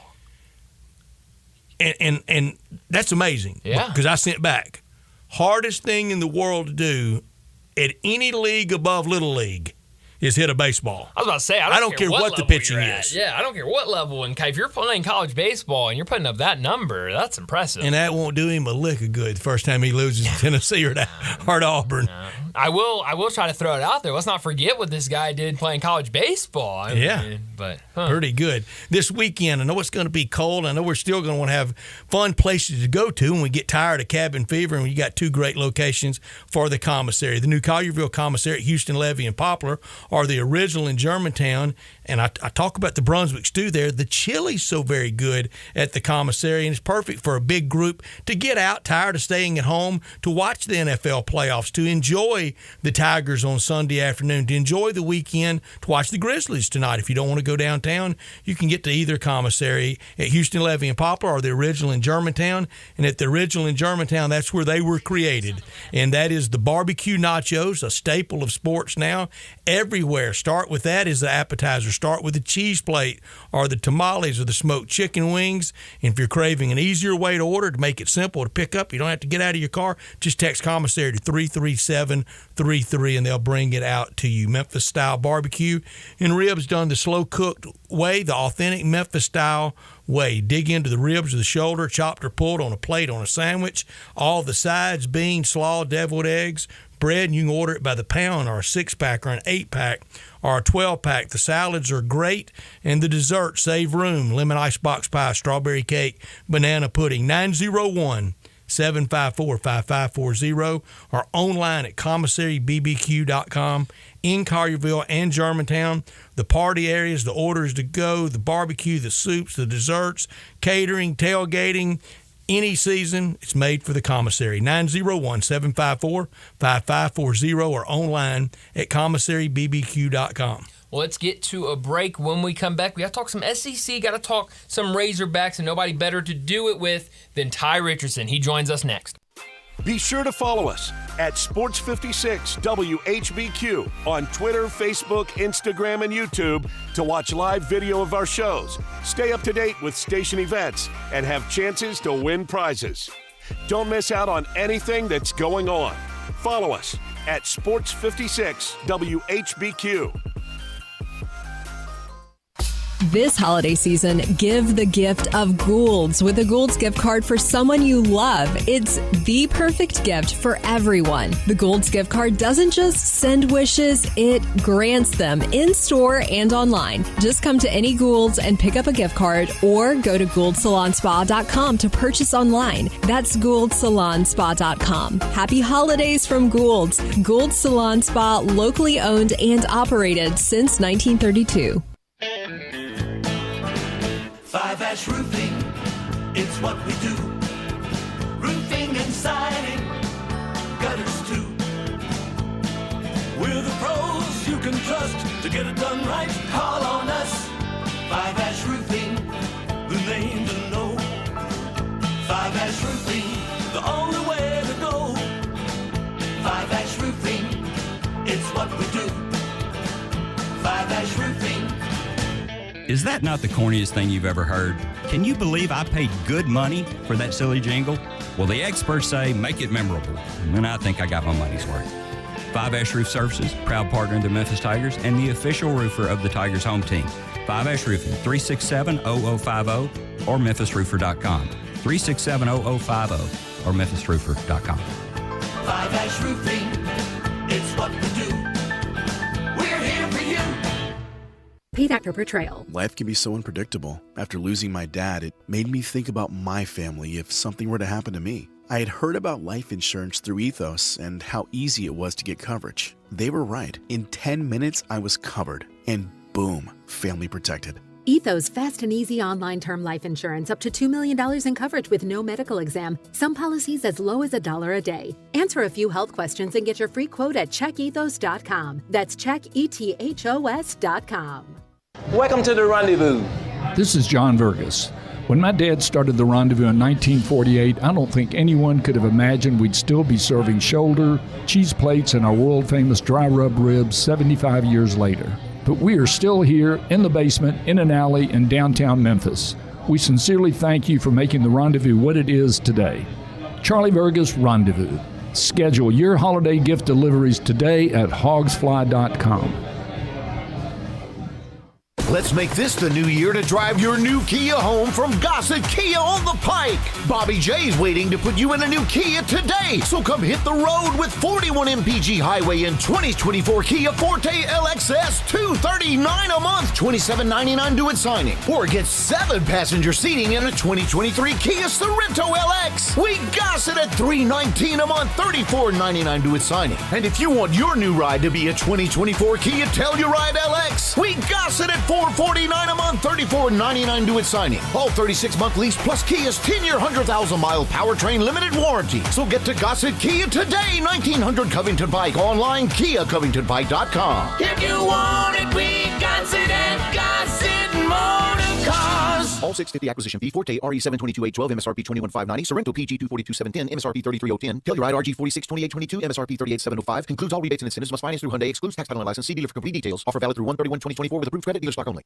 Time to talk Razorbacks on Sports Time. Joining the guys is Ty Richardson from ESPN Arkansas to talk all things Hogs and SEC. On Twitter X at Ty Sports Radio, here's Ty Richardson with Bryant and Brett. Come on, all you Razorback fans, let's stand up and call those Hogs!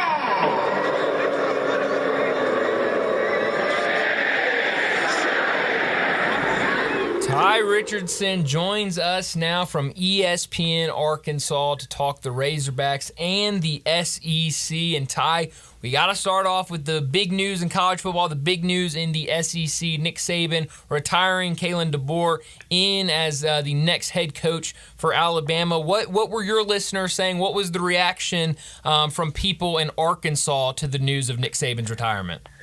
Relief, joy, happiness. Helping pack. The list goes on. I was surprised to see DeBoer named just, I guess, a couple hours ago, but I think Greg Byrne has probably had this idea in a while, this idea in his mind for a while. And now Alabama transitions from the greatest college football coach of all time to at least a proven winner everywhere else. We'll see if he can handle Tuscaloosa. I mentioned the Razorback record against Nick Saban at Alabama, but this year it was a really close game. I won't say coulda, I won't say shoulda, but it was really close on October 14th. Oh, stats. It's the first time attending in Bryant-Denny Stadium and was one that said that Arkansas was going to pull the upset, and watch that game in the second half, the way Arkansas managed to almost get it done. It was painful. Again, 0-16 or 17, whatever it is. And now you'll never get a chance to add Nick Saban again, which I'm okay with, guys.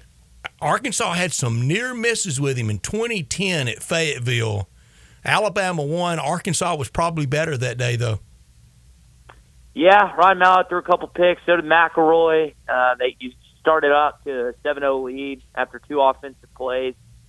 Yeah, that 2010 game you should have had, too. Their offense off that day, and yet they found a way to win. They lost, I believe, 3 games that year, though. They lost to South Carolina, Auburn, and they might have lost their bowl game as well. That was an odd year for Alabama. Lost to LSU as well.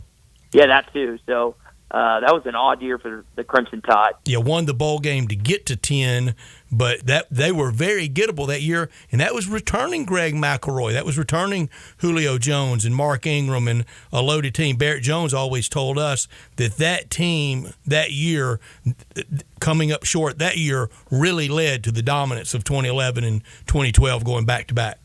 Yeah, because I was going to say they followed it up with those back-to-back championships, and again, you cannot – it's so hard to do that in today's age of college football. So I'm curious now see when the next one, because guys, we got to remember from I think it was 1980 to 2009, they won one national championship prior to them being Texas. That was 92 with Stallings. That's it. There's history of Alabama going on a dry spell, and man, I sure would for another 20 or 30 year one to happen in Tuscaloosa. And for the Razorback fans, they won't see Kalen DeBoer in his first year at Alabama.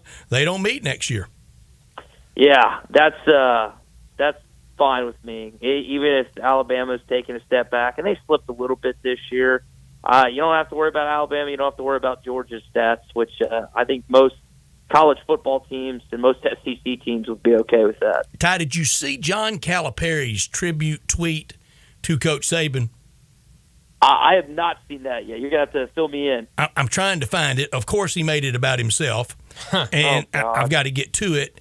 And this is exactly why. For years, when John Calipari was here, I liked him. I think we got along. I liked him fine. I wasn't one of the ones that was irate he was going to Kentucky that did anybody wrong. But at Kentucky, and you can feel it in this tweet, this is what irritated me about him and about some in Memphis that still adore him, and they would want to put Calipari and Saban on the same level. There's no way they're the same level. So here's the tweet. I talked to Coach Saban last night. He may be the best or one of the best at what we do. What we do? Okay. 2 examples coming to mind. Him hugging a struggling kicker during a close overtime loss at LSU in 2011, only to have them come back and beat the Tigers in the national championship. The second was this year. They lose early to Texas and struggle the following week against USF. He then turns the team around to being within a play or two of competing for another championship. He was at a place where winning wasn't always enough, and he handled it with grace. I admire his focus, but more importantly, how he got his teams to focus on one objective: to win championships. Plural. Championships, plural. Tremendous run by one of the best ever to do it. Congrats, Coach Saban. He's putting himself on Saban's level with that tweet. And correct me if I'm wrong, so Cal went with Memphis in 2008. He won with Kentucky in 2011 or 12, and they went back in 14, and Cal's only won one, right? One at Kentucky. One. The same number that Tubby Smith won, the same number that Joe B. Hall won, and the same number that Rick Pitino won at Kentucky. Does anybody really want to argue Rick Pitino or John Calipari as a floor coach? Yeah, that's what I thought. So, I loved when he had championships, plural. You've won one, Cal. One. Yeah. I guess he's lumping in his championship with Nick Saban's, 7? So 6 in Tuscaloosa, 1 in LSU. No comparison to the two. Yeah, I always find it funny when Kentucky basketball fans, which I'm sure you have some listening, or old Cal. I think I've run most of them off. Well, you probably should. And that's we got this one Texas listener, Stats, that listens to us every day, and it drives us nuts when all he wants to do is call in and talk Texas football. But yeah, tell him to shine his one trophy since black and white TV. Yeah. Shove it up as you know what. They again, it's the Kentucky fans. I think if you put the Alabama football fans and the Kentucky basketball fans together, you would have an IQ of maybe 10. So it's I won't go that far. It's just those two fan bases, the Alabama football, Kentucky basketball. There's just not a lot of intelligence. But my premise is they're not parallel though. No. Certainly No, not not Cal even close. and Saban. Alabama stats, to your point, like I get their fans because they've dominated the last decade and a half. Kentucky fans, they can't puff their chest out. At one point, they went like 3 years without an NCAA tournament win. Can you imagine 3 years with Alabama not getting to a bowl game? And that zany St. Peter's loss. Yeah, I mean, like, give me a break. So yeah, there's no comparison in terms of tradition, because while you mentioned again Pitino, we know about Rupp, Tubby Smith, and Cal. Yes, there's different coaches that have won, but the amount of championships won between Bear Bryant and Nick Saban is just untouchable when you compare those programs. Yeah, it sure is. Talking to Ty Richardson from ESPN Arkansas. He joins us every Friday to talk the SEC and the Razorbacks. And speaking of basketball, Razorbacks, 2 SEC games up and 2 losses in the books for the Razorbacks. We talked last week about the loss at home against Auburn, 83-51. This week at Georgia, a 76-66 loss to the Bulldogs. Now, tomorrow, got to go down to Gainesville and take on Florida, who's also 0-2 in conference play. What have you seen from this Arkansas team over these last 2 SEC games that give you the biggest concern as we really get to the meat of the conference slate? Brian, they don't play any defense. I mean, David Jones went off for 35, Memphis Tiger. You've had other guys that have just torched them. They just don't play D as a unit. And Muss's last 3 teams have. They've been in the top 20. This team's like in the top 100. They don't guard. And if you don't guard, you better be able to score a bunch of points. And they haven't gotten to that point on a chemistry standpoint. So I just don't know how they're going to get out of this hole, because the previous 3 regimes, like, they just started to guard the absolute you-know-what out of you. Mm-hmm. This team, I don't know if it has the ability to do so. Unless they just start picking it up offensively, this team's going to miss the tournament for only the second time under Eric Musselman. And how will that go over? Two Elite Eights, Sweet 16, going in the right direction, Portal King, but how would missing the tournament go over?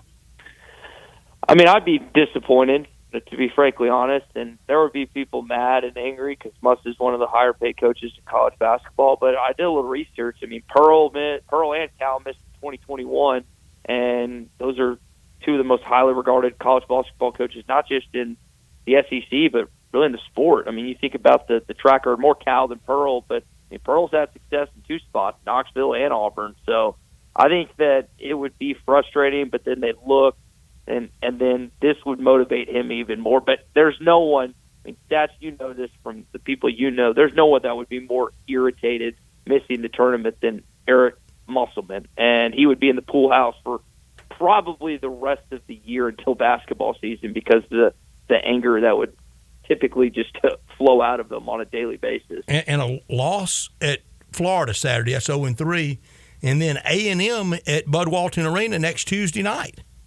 Yeah, and A&M's got a tough matchup this weekend as well. I forget their opponent. They're 0-2 right now. They play Kentucky. They're That's Super Bowl. Yeah, they got Kentucky in College Station.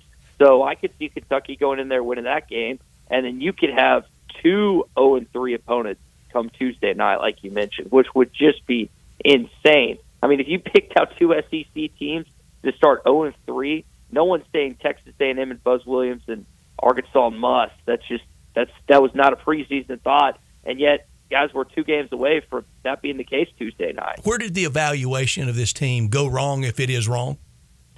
I think what happened is he recruited scorers and the best players on bad teams this past year. If you look at who he recruited previously, the previous 3 years, he just picked out guys that were on winning teams and guys that were like good role players. Tremont Mark's kind of the lone difference. Like, I mean, he was on a Houston team under Kelvin Sampson, was dominant the last couple of years, and he was a good player, but not like their best player. But the other guys he brought in, or at least a good chunk of them, were like the leading scorers or the alpha dogs on their team. It just hadn't meshed, and I applaud him because the last 3 years he's had a mix of true freshmen, transfers, and the guys on the roster, and he's molded it to his liking. Through, again, 15 games, that has not been the case. And, man, it's hard to get out of an 0-3 hole. They started 1-5 last year, 1-3 the year before. I just hope they don't have to find themselves in a similar situation come Saturday afternoon. Has Devo Davis become the KJ Jefferson of basketball? Familiarity has bred contempt. Yeah, I think this year he hasn't played his best ball. You look at Devo and what he was able to do last season where he just shot the 3 ball at a high clip and was still guarding the best player. He's taken a step back defensively a little bit. I will say this. I thought he was awesome on D this past game, and he drove it a little more. He's just looked disinterested at times on offense and has had lackluster defense.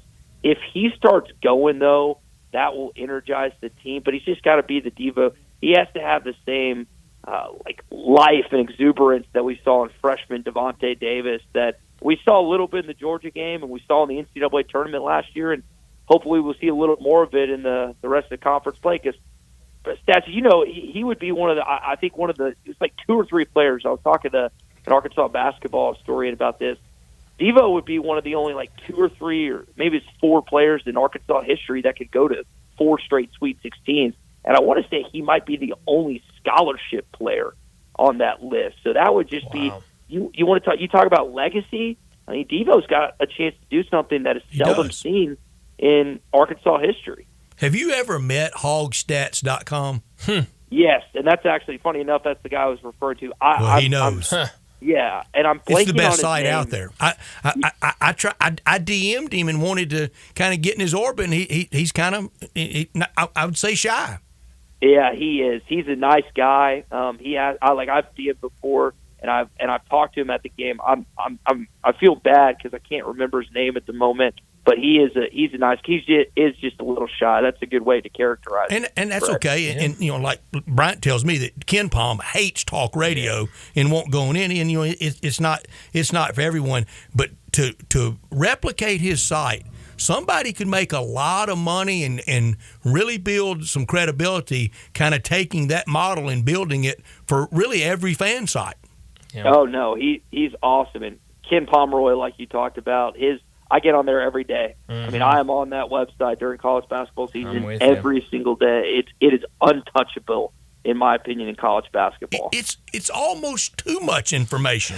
Yeah, it really is. But it's a good resource for sure. Well, tomorrow afternoon, Arkansas on the road in Gainesville against Florida. But then after that, 3 of the next 4 at home at Bud Walton. So that will definitely be a lot of fun for Arkansas Stay fans. warm, Ty. Yeah, Ty, stay warm. It's getting cold all over the place. But thanks so much for joining us. We'll do it again next Friday. Hey, sounds good. Yeah, Johnny was asking me before how cold it is. Guys, it's been snowing today. It's going to be icy, -2 next week. Woo. So, and I heard it's headed y'all's way to Memphis. Y'all bundle up as well, okay? Yeah. And Northwest Arkansas can do a special kind of wind out of the Northwest. I don't know what's going to be worse this week in stats, in NWA or in Arrowhead, where it's like -20 wind chill. Have you ever been to Arrowhead?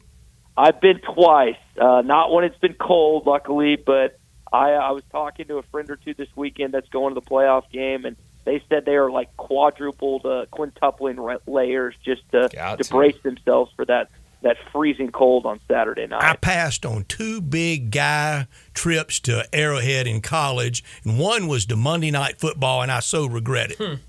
Oh, man. Stats, you got to go, man. You got some free time on your way in a few years, man. You got to make a trip. I got a few years to go, though. Talk to you later, Ty. Thank you, Ty. Thanks, guys. You got it. Ty Richardson from ESPN Arkansas. He joins us every single week to talk the SEC and the Razorbacks. Big game for the Hogs tomorrow down in Gainesville against the Gators. But let's go ahead, get to a break. When we come back, it'll be time for Big Number of the Day. We are real sports talk. Sports 56 WHBQ. Available on your radio dial at 560 AM and 98.5 FM, as well as around the world online at sports56whbq.com. Take us with you everywhere by downloading the Sports 56 app. And at home, just say, Alexa, play Sports 56. Wherever you are, stay tuned in to Real Sports Talk. Sports 56 and 98.5 FM. You or someone you know or care about has dealt with a difficult divorce. When facing divorce, you need the attorneys at Rice Law. Nick and Larry Rice lead the firm with 3 generations and 7 decades of experience. Located in Memphis, serving the entire state of Tennessee and North Mississippi. Rice Law is who you need to call. Simple or difficult divorce, they know how to handle it. Call Rice Law at 901-526-6701, or for more information, visit them at aboutdivorce.com. That's aboutdivorce.com. If you need glass replaced, there's only one name you need to know. Binswanger Glass, the largest full-service glass company in the U.S. They've been an industry leader for over 145 years. For all your residential, commercial, or auto glass needs, Binswanger Glass is the name you need to know. 24-hour emergency service for all commercial customers, plus a nationwide warranty on all professionally installed glass. Visit Binswanger Glass in Midtown at 340 South Hollywood, across from the Liberty Bowl. Visit binswangerglass.com. Binswanger Glass. It's a new year, and Family Leisure has a new way to bring family and fun together. All you have to do is walk into Family Leisure and look around. All those floor model patio sets you see, those have got to go, so Family Leisure can make room for all the new sets coming. Get a wicker sofa set for under $2,000. Pool tables under $1,500. Theater seating for under $2,000. Hot tubs for $4,000 or just for yourself. If you really want to lounge, they're under $5,000. Need patio cushions? Get them as low as $25. Oh, have you seen those infrared steam saunas? Well, now they and the traditional saunas are 25% off. It may just be the first few weeks of 2024, but that doesn't mean you can't start getting ready for summer. 2 final things. Purchase your above-ground pool now and get first in line for installation, and take advantage of special financing that's available. Family Leisure, Whitten Road and I-40, bringing the family and the fun back together. At Grainger, we're for the ones who specialize in saving the day, and for the ones who've mastered the art of keeping business moving. We offer industrial-grade supplies for every industry, with same-day pickup and next-day delivery on most orders, all backed by real people ready to help. So you can get the right answers and products right when you need them. Call quickgrainger.com or just stop by. Grainger, for the ones who get it done. Don't miss your Grizzlies tonight at 7 p.m. when they host the Los Angeles Clippers, presented by Travel Nurses. Arrive early. First 5,000 will receive a Jaren Jackson Jr. growth chart. Get ready for a Western Conference showdown and secure your tickets today by visiting Grizzlies.com. Sports 56 traffic. Good afternoon. Really not too bad for a Friday, at least for now. It's starting to build over here on 240 east and westbound around Mill Branch up by Airways as that traffic increases on 40 east from, let's say, Sycamore View Road all the way out into Fayette County. Going outbound Austin P Highway right when you come off the interstate. We've watched that increase with a little bit of volume just in the last few minutes. Weimer's Jewelry, 7525 Highway 64. They want you to know they are your Valentine's Day headquarters. Shop local this weekend and save a lot of money at Weimer's Jewelry. I'm Commander Chuck with your on-time traffic.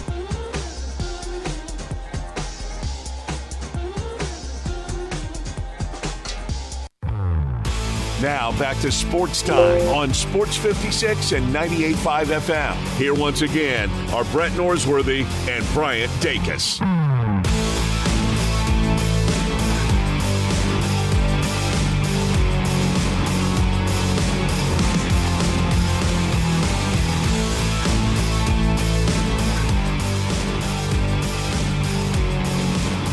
We're having some computer issues, so we don't have the sound right now. Good. But that's fine. We still have big number today. And Brett, since it's a Friday, how about you go first today? My big number is 7. That's the number of wins for Kalen DeBoer against these 3 big-time coaches, Dan Lanning, Steve Sarkisian, and Lincoln Riley. 7 as in 7-0.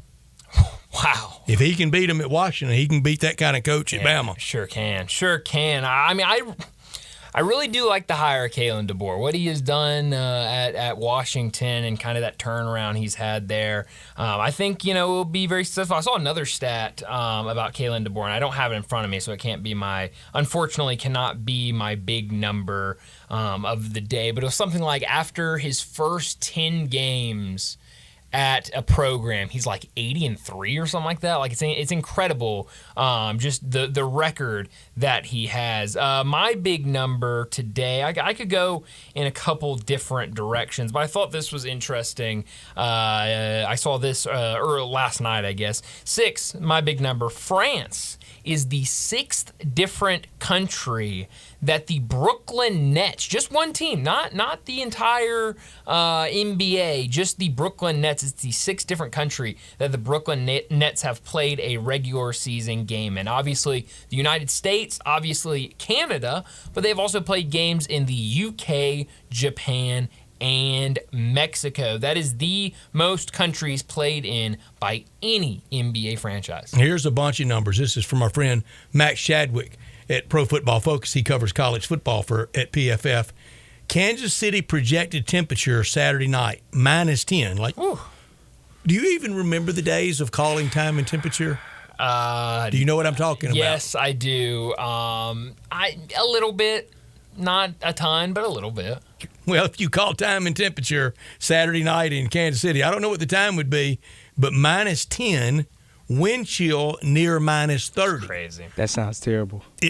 No way. Just no way. Mahomes in below freezing temps in the NFL, so that's below 32, 8-1. That's crazy. Oh, my goodness. Tua, college and NFL, 0-0. Well, debut. That might influence my pick in I'm about almost 30 minutes or almost two Friday football forecast. But that might influence my decision. I don't know. Under 70 degrees is cold to me. Well, I'm right there with you. I agree with you on that. I completely just can't agree. stand it. Yeah, no. I want to wear shorts year-round. I want to live somewhere, someday, that I go to Christmas Eve service in shorts. Yeah, I mean that would be interesting, but no, I don't like the cold either. Brett, we did have some I guess you call it Tiger news earlier, broke earlier in the show, but we just haven't had time to really talk about it. Mikey Williams, who entered the transfer portal on Monday, he has made it official that he is committed to UCF. So a big week for UCF after beating Kansas at home. Now picks up the commitment from. I Mikey wish him well, Williams. but I don't. I don't think he stays at UCF for all of his college eligibility. Do you? No, I don't think so either. I know we're going to. I just learned this today that Jordan Brown, this was his 4th spot. I didn't know about Nevada. Oh yeah. Oh, how did I not know that? I thought it was just 3. No, I thought it was Arizona, Louisiana, and Memphis. No. Nevada, a stop at Nevada as well. Do you think we ever see Jordan Brown again as a Tiger? No. I saw someone. Stay tuned. And really. Interesting. Okay. Well. Okay, Bray. Okay. Maybe I would be surprised. But no, for Mikey, I know we're about to talk to Jason Munns. Maybe he'll have some more information. But I know he said that he did not know, it was unclear if Mikey would be immediately eligible or not, what that looks like, if even UCF would want to bring him in already, January, already conference season starting and give him minutes. I don't know. But that is the news. Mikey Williams to UCF. Not sure what will happen with J.J. Taylor. Seems like they are somewhat of a package deal. But we'll have to see. I'm actually seeing now Trilly Donovan, which is an account on Twitter that breaks a lot of news. Nobody knows who exactly he is, but he breaks a lot of college basketball news. He says UCF is working on a path to get Williams on the court this season, per source. I'm not sure how, but they're trying. So we'll see what happens. I don't expect it to be very easy. I don't expect us to get answers, really soon. So we'll just have to wait and see. But we need to wrap up this hour and get to a break. And when we come back to start our 3rd and final hour, we're talking Tiger basketball with Jason Munns.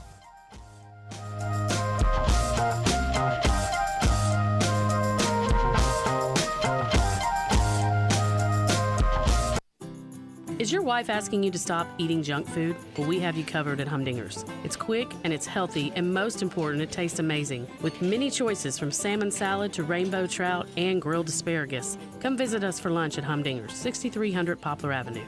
So good, Coach Penny eats with us weekly. Don't forget, Humdinger's offers full-service catering for weddings, social events, or your corporate lunches. You can call 901-260-8292 to find out more. Cashback is not available on gas in New Jersey and Wisconsin. Billy, your gas light's on. We need to stop and fill up. No way, Jen. Gas around here is too expensive. We can make it a little further. Billy, listen to your big sister. You don't need to drive all over searching for the lowest gas prices. Do what I do and use Upside. Upside? Do you live under a rock, Billy? Upside is the hottest cashback app out there. It's free to download, and you get real cash back for every gallon of gas you buy. I use it all the time, and I've already made around $200. You can make that kind of cash back just for buying the gas you have to buy anyway? Yes, I'm looking at the Upside app now, and there's a gas station at the next exit offering 25 cents per gallon cash back. Okay, I'm stopping to download Upside and fill up my tank. Download the free Upside app now to earn cash back every time you buy gas. Use promo code FRIEND to get an extra 25 cents per gallon on your first tank. You can cash out anytime right to your bank, to PayPal, or a gift card for Amazon and other brands. Just download the free Upside app and use promo code FRIEND for a 25 cents per gallon bonus on your first tank. That's code FRIEND for a 25 cents per gallon bonus. Roofs, roofs, and more roofs. Chris Price here with Metro Builders. Is your roof leaking? Do you have mold stains on the ceiling of your home or business? Is your carrier denying your claim or offering a repair simply because they don't have enough documentation? You need a contractor that performs work for insurance claims for policyholders each and every day, and Metro Builders is here to assist. Call Metro Builders. At Metro Builders, we provide free estimates, consultation, and claim repairs. Metro Builders' process of arriving, inspecting, diagnosing problems, and estimating is second to none, commercial and residential. Our team of Hague-certified technicians are standing by to assist you with providing estimates and photos to your carrier to document your loss. All you owe is what your policy states. No large fees on top of the final scope. We use high-grade materials and are certified by companies like Atlas, CertainTeed, Owens Corning, and Mulehide with labor warranties up to 50 years on all of our jobs. Metro Builders provides roof repairs across the Mid-South. Call Metro Builders to schedule your inspection free. Call me. 901-375-1717. That's 901-375-1717. Hey, what's up, everybody? This is your buddy Johnny Radio. I'm here with Mark, the owner of Dyer's, out in Collierville's historic town square, where they've been cooking up them burgers since 1912, the old-fashioned way. Mark, what's going on in life? I see you got your 4 kids with you. What do they love about Dyer's? Man, they love everything about Dyer's. They love all the great food that we serve, and they really like eating our good food and watching some of their favorite sports. Braden, what do you like at Dyer's? I like a bacon burger with fries, a milkshake, and with a Tigers game in the background. Carter, who's your favorite football team? The Carolina Panthers, and just with some macaroni with that sounds amazing. My man Beckham, what's your favorite food over at Dyer's? We like the double cheeseburgers. Kinley, what is your favorite dish over at Dyer's? Daddy's cheeseburgers and the Dallas Cowboys game in the background. Just remember, everybody, bring your family, bring your friends, bring your team out and eat at our place. So head on over to Dyer's in Collierville's historic town square. At Gossett Mitsubishi on the Pike, new inventory is arriving daily, and we've got what you've been looking for to start the new year off right. Get off to a great year in your award-winning 2024 Mitsubishi Outlander, $329 a month, or buy it for $29,910. Take a spin in your new 2024 Mitsubishi Eclipse Cross, $29,445, or lease for $449 a month. How about 2023 Mitsubishi Outlander PHEV, 420 total range MPGe? You own it for $649 a month. Plus, no worries with Mitsubishi's 10-year, 100,000. Good afternoon. Starting to crank up a bit over here in the construction zone. Gossett at Gossett Mitsubishi, 1870 Covington Pike, or online anytime, memphismitsubishi.com. If you want it, we got it at Gossett Motor Cars. PHEV PZ06233 MSRP 44,355 Sport RU 001136 MSRP 28,000 Eclipse RZO 12051 MSRP 31,700 includes all rebates and incentives PF 695 excludes tax title and license with approved credit. See dealer for complete details. Offer valid through end of the month. Dealer stock only. Ole Miss Rebel Yell is back. The Rebel Yell Hotline Radio Show is back on WHBQ Sports 56 and 98.5 FM. Every Monday night at 6, hear the latest news on your Ole Miss Rebels with Yancey Porter with 24/7 Sports, former Ole Miss defensive tackle Mike Fitzsimmons, Gordon Ford covering SEC Sports Call, and former Ole Miss baseball announcer Gary Darby. From kickoff to free throw to extra innings, your Ole Miss sports on the Rebel Yell Hotline Show right here Monday night at 6 on Sports 56 560 AM and 98.5 FM, your Mid-South sports station. Sports 56 traffic. Good afternoon. Starting to crank up a bit over here in the construction zone on 55 northbound between Macklemore and South Parkway. 240 got a little bit busier in the last few minutes going eastbound from Mill Branch out to Perkins as you continue out to 385. Still looks good right now. I-40 east from Sycamore View Road all the way out into Fayette County. Weimer's Jewelry, 7525 Highway 64 is your Valentine's Day headquarters. Shop local this weekend and save a lot of money at Weimer's Jewelry. I'm Commander Chuck with your on-time traffic. We are Sports 56, WHBQ Memphis, and W253DF Memphis, Flynn Broadcasting Stations. Now, back to Sports Time on Sports 56 and 98.5 FM. This hour is brought to you by Hewlett & Dunn, Boot and Jean Company in Collierville. Here once again are Brett Norsworthy and Bryant Dacus. On Friday at 5, we talk Tiger basketball with Jason Munns from the Commercial Appeal. On the Tiger basketball beat, all these years doing it so well, with plenty to cover. This highly ranked team on the road Sunday at Wichita State. It's presented to you by Jim's Place Grill every Friday afternoon. Over 100 years of charcoal grilled steaks, over 100 years of celebration, family time, lasting memories, big wins, and good times at Jim's Place Grill. The Terrace family, with their touch for our community, recipes that date back to the very beginning in downtown to now in Collierville at the railroad tracks at Poplar and Houston Levee. Go online at jimsplacegrill.com. Don't forget the Ian Grill, and look at the menu and make a reservation and schedule a good time for this weekend, maybe Sunday afternoon, to watch the Tiger game in the bar area.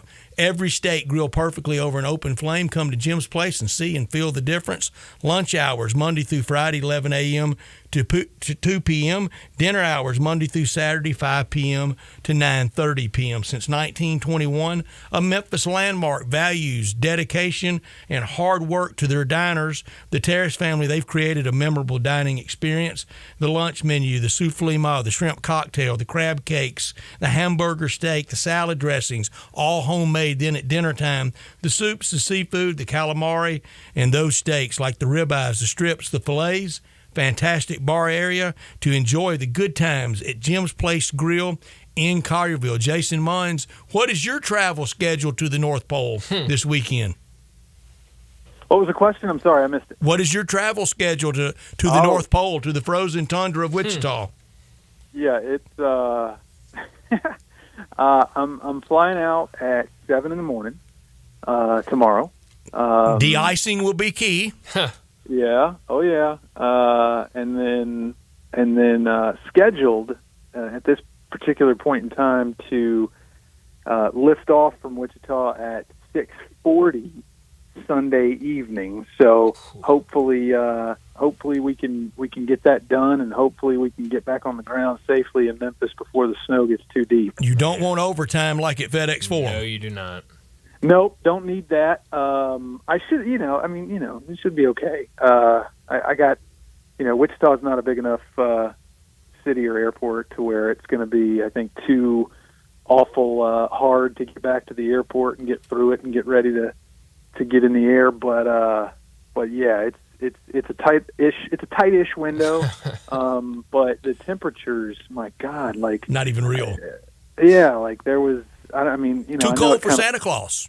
Yeah, I know it kind of fluctuates, but like I saw earlier today, it was like the high is 1 on Sunday, that's not a high. The low is 7 below, and I mean that's not even taking into account the wind chill.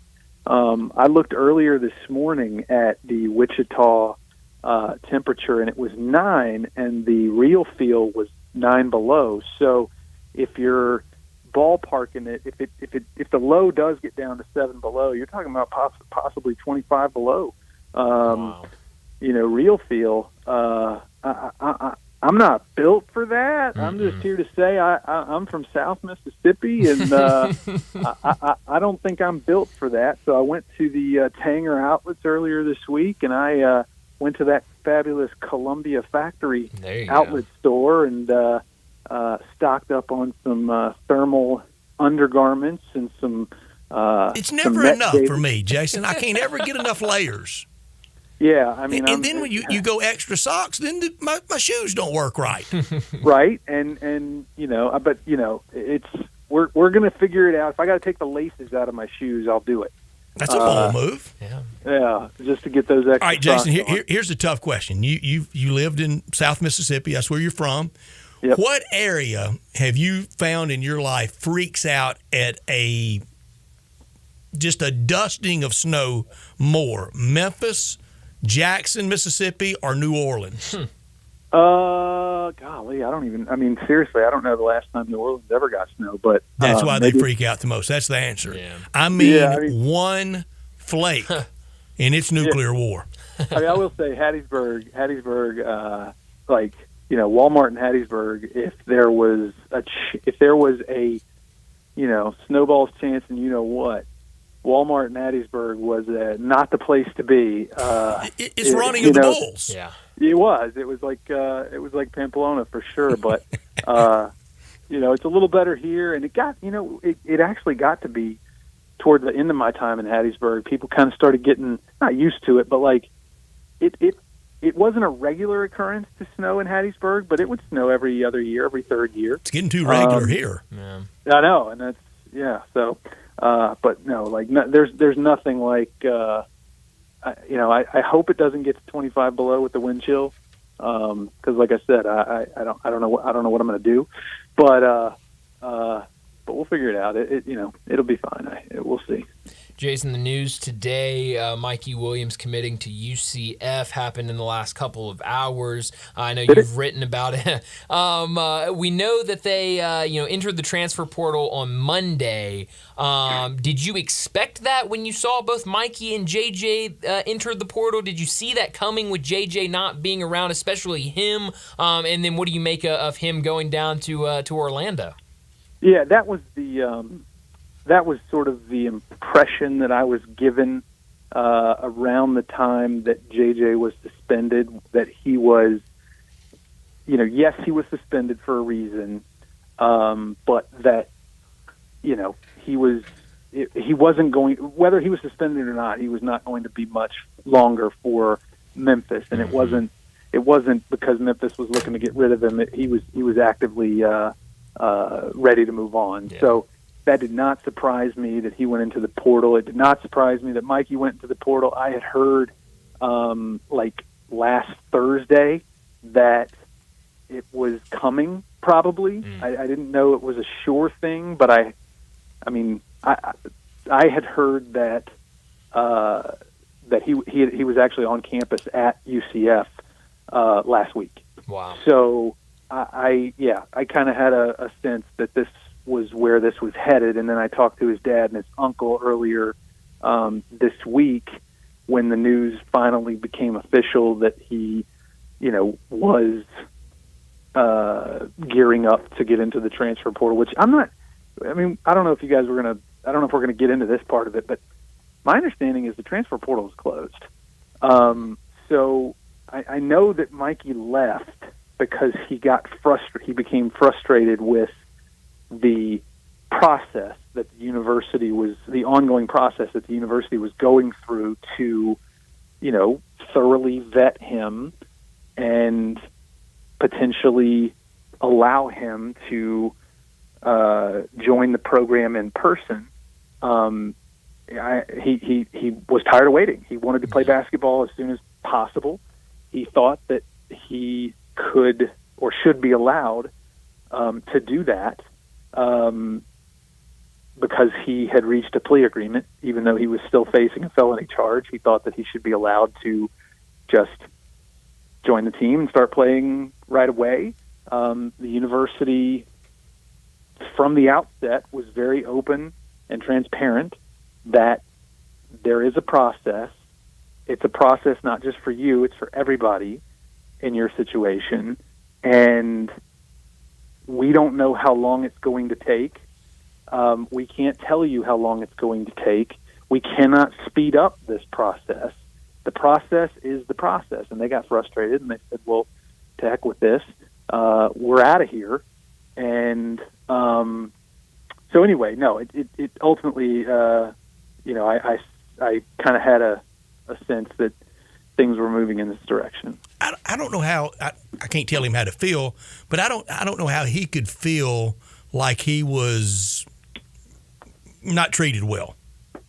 Oh my goodness! I mean, I don't know that he realizes this or ever will realize this, but it's pretty plain for most people to see that anybody else in his shoes or who had done what he did and was facing what he was facing, 99.9% run from you.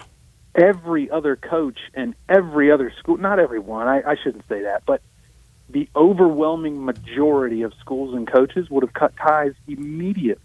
And would have really postured about it, Jason. Oh, yeah. We just can't accept that.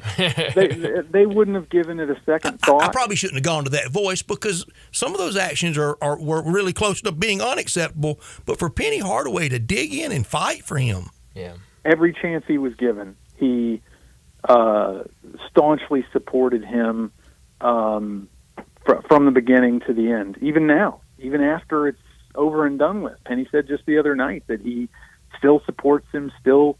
Will continue to support him, and so it is a bit of a curious move. But I talked to his uncle, who was also his manager, for about an hour earlier this week, and he made very clear that this is not a slap in the they're not trying to slap Penny Hardaway in the face. This was purely a situation where they felt like the university wasn't doing enough to get him on the floor this year. And I believe the exact words in the attorney's letter was something like they didn't make him a priority. I don't know what to tell you, man. I genuinely don't know what to say. I'm kind of incredulous at that line of thinking, just because, that's not how the world works necessarily. You're gonna get treated the same way as everyone else when it comes to this, even if you've been treated differently your entire life.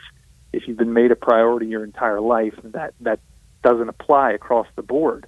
So I don't know. Maybe it's a hard lesson that he's had to learn, and he'll grow from it and mature from it. But that remains to be seen. Yeah.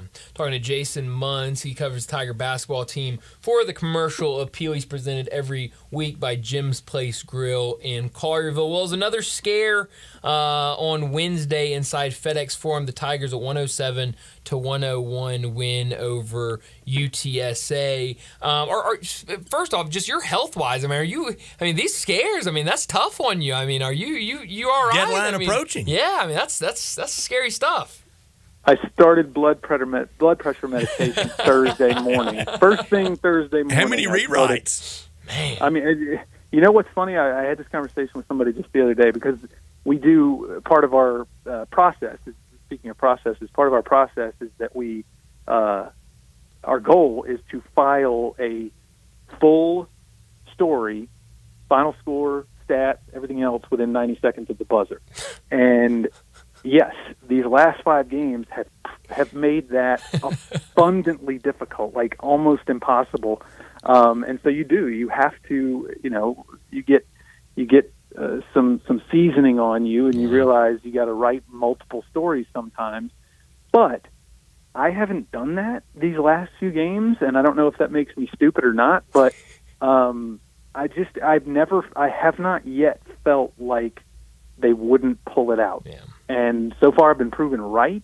I will say that I was the least confident that they would pull it out against UTSA the other night. Like that one was the first one where I was like, wow, they actually won that, and they really probably shouldn't have. But they did. And so I'm knocking on wood a lot, I've been lucky so far. Maybe I'm not going to press it too much more, and maybe I'll go back to the way I should do it and write two versions. But no, I've been lucky so far. Jason, still the Tigers. I had that same feeling the other night of the 3, especially after that quick start to the second half Sunday against SMU. At halftime, I was worried, but quickly the Tigers showed, we're going to make it a game. FedEx Forum will probably pull it out for us. But I got worried the other night, and I didn't want to have to do this. I probably shouldn't admit this because I'm going to get people mad at me, and the text line's going to light up over this. But I was going to start the show on yesterday, and didn't want to. It's so much more fun to talk wins for the Grizzlies, for the Tigers. It's just a lot more fun with that. It makes everything better. It's better for business around here.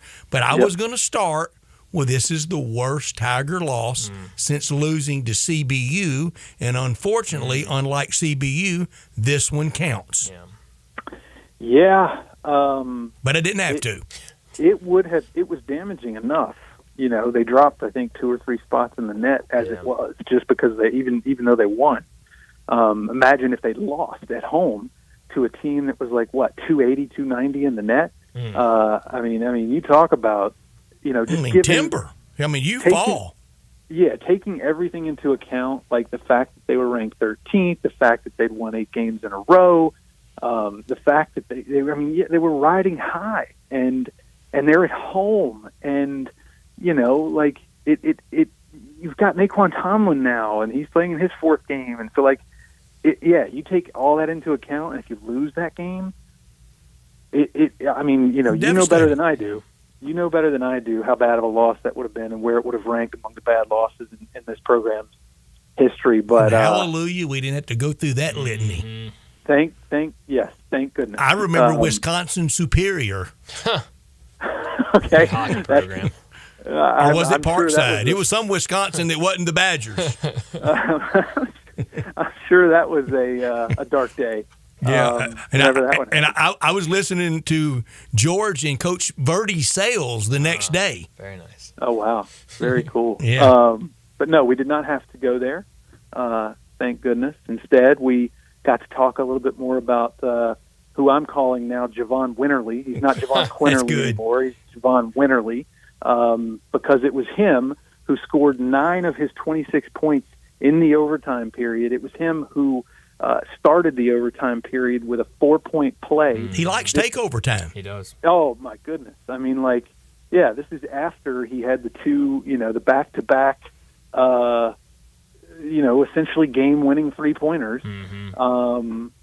He's really put himself in some very select company. I was talking to Matt Dillon the other day, and he was telling me that according to his research, Winterly is the first player other than Andre Turner to hit game-winning shots from the field, not the free throw line, game-winning shots from the field in back-to-back games. Obviously, Andre Turner did his in the NCAA tournament, but and obviously there have been players throughout the years who've hit game-winning shots. Well, you can take it to the bank if Matt told you.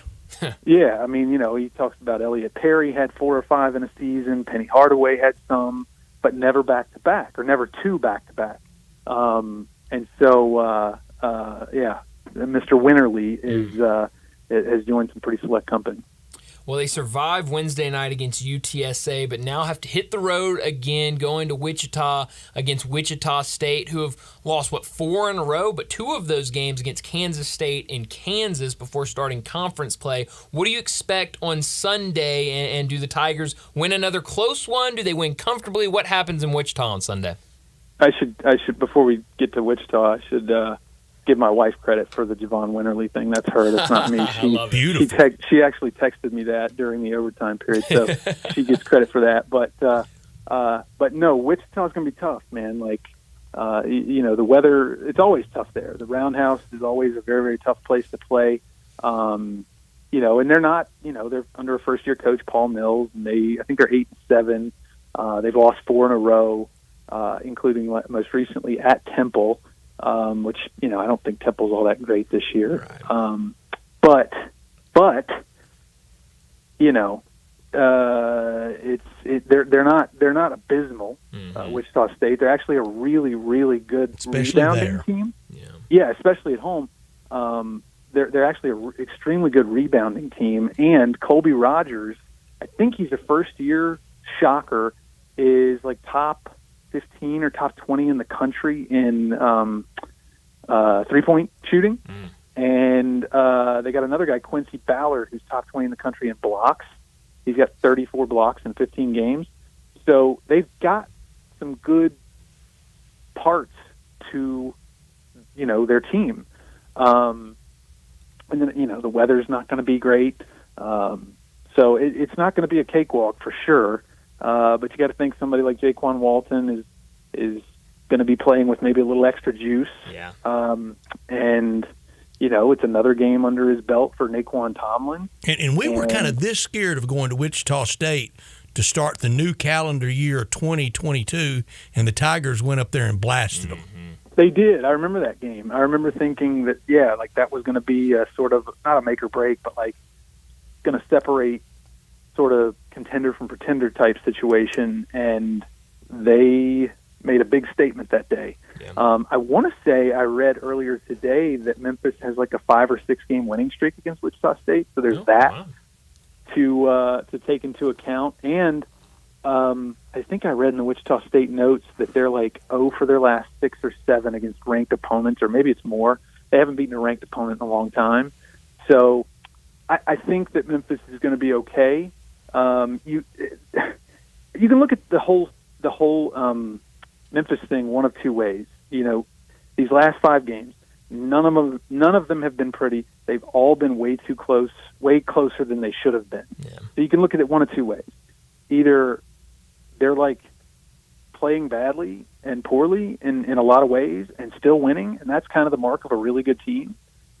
Or you could look at it maybe this team isn't quite as good as we thought.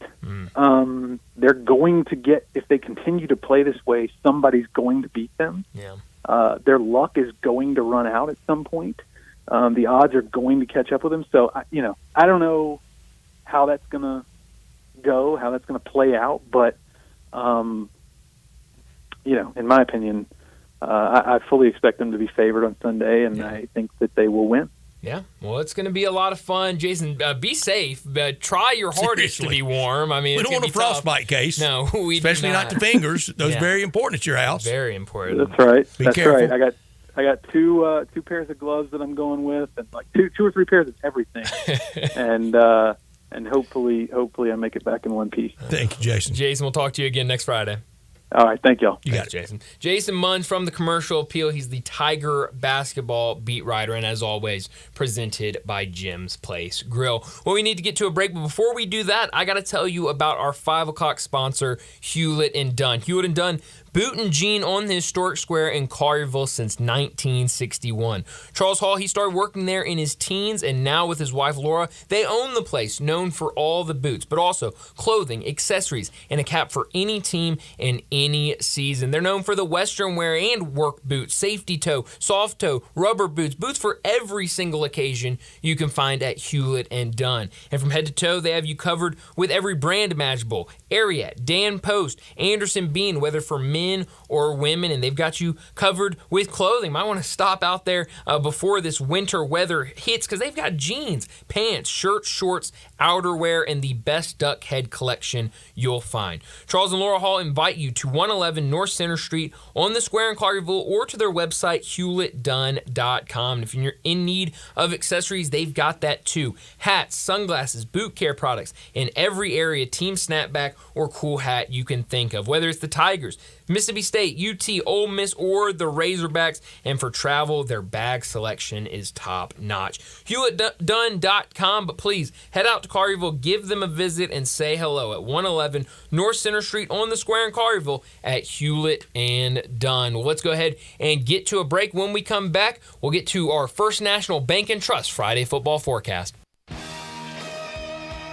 Add a little fun to your lunch break.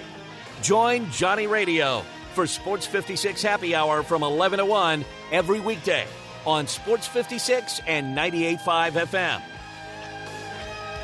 Uncorn flavor, Corky's barbecue. Hi, this is Jimmy Stovall with Corky's Barbecue. We have been serving up our legendary barbecue for more than 39 years, right here in Memphis, Tennessee. Whether you're dining in, picking up in our drive-thru, or serving our famous barbecue at your office or home, with Corky's Party Pack, you are the hit of the party. Barbecue pulled pork, baked beans, coleslaw, barbecue sauce, and buns, starting at only $8.49 per person. And as you know, we send plenty of food. You never have to worry about running out with Corky.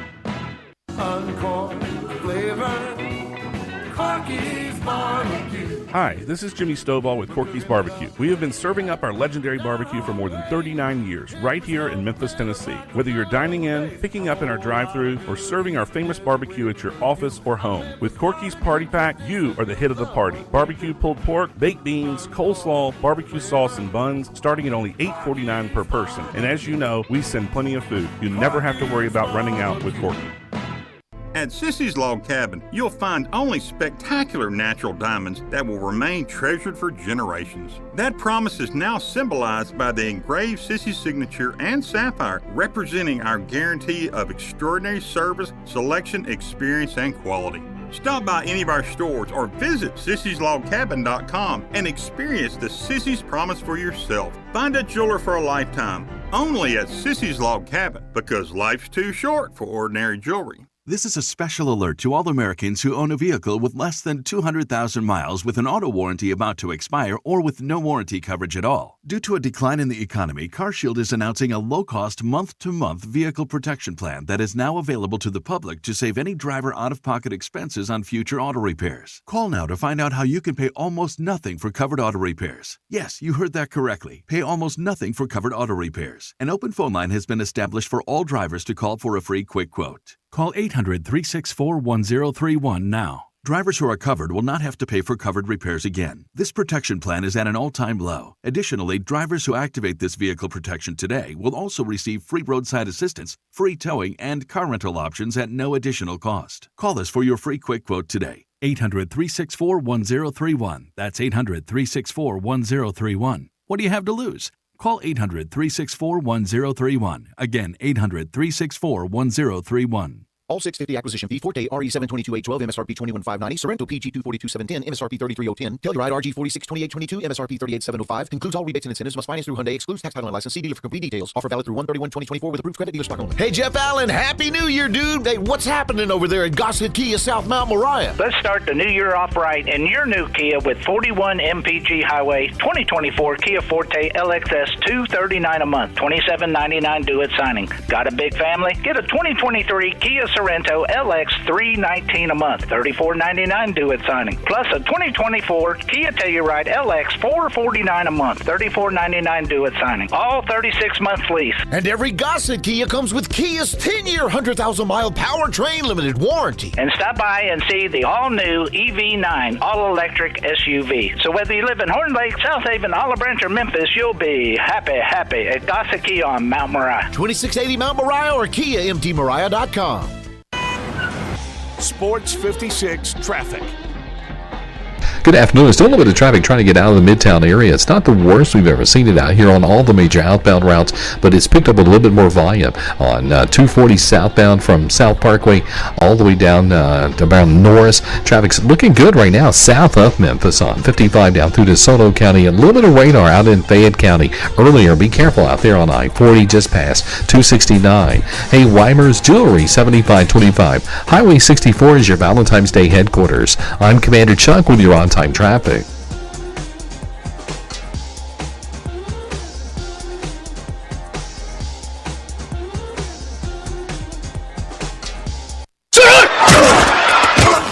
Friday football forecast from First National Bank and Trust, a division of First National Bank of Eastern Arkansas. Real estate isn't something you purchase or develop or desire. It's something you appreciate, respect, and know. With real estate, there's no gray area. You either know it or you don't. First National Bank and Trust, a proud division of First National Bank of Eastern Arkansas. They've known it since their beginning in 1886. Clients depend on First National Bank because they know real estate. Brooks Winchester, Bill Samish, and many more can assist you in your acquisition of that hunting land, farmland, a construction project. Let First National Bank and Trust make your dreams a reality. 775 Ridge Lake Boulevard, Suite 140 in Memphis, 901-498-5763, or the office in Collierville, or online at fnbtmemphis.com. For commercial real estate, residential construction, or recreational and agriculture financing, let First National Bank and Trust help you. They're a division of First National Bank of Eastern Arkansas, where I have had an account, been a friend, and been a customer my entire life. The schedule, we know it this weekend. No college. Oh, so sad, isn't it? Yeah. No college picks, but we got NFL playoffs, wild card Saturday, wild card Sunday, and wild card Monday night. We'll pick Monday night's game Monday afternoon.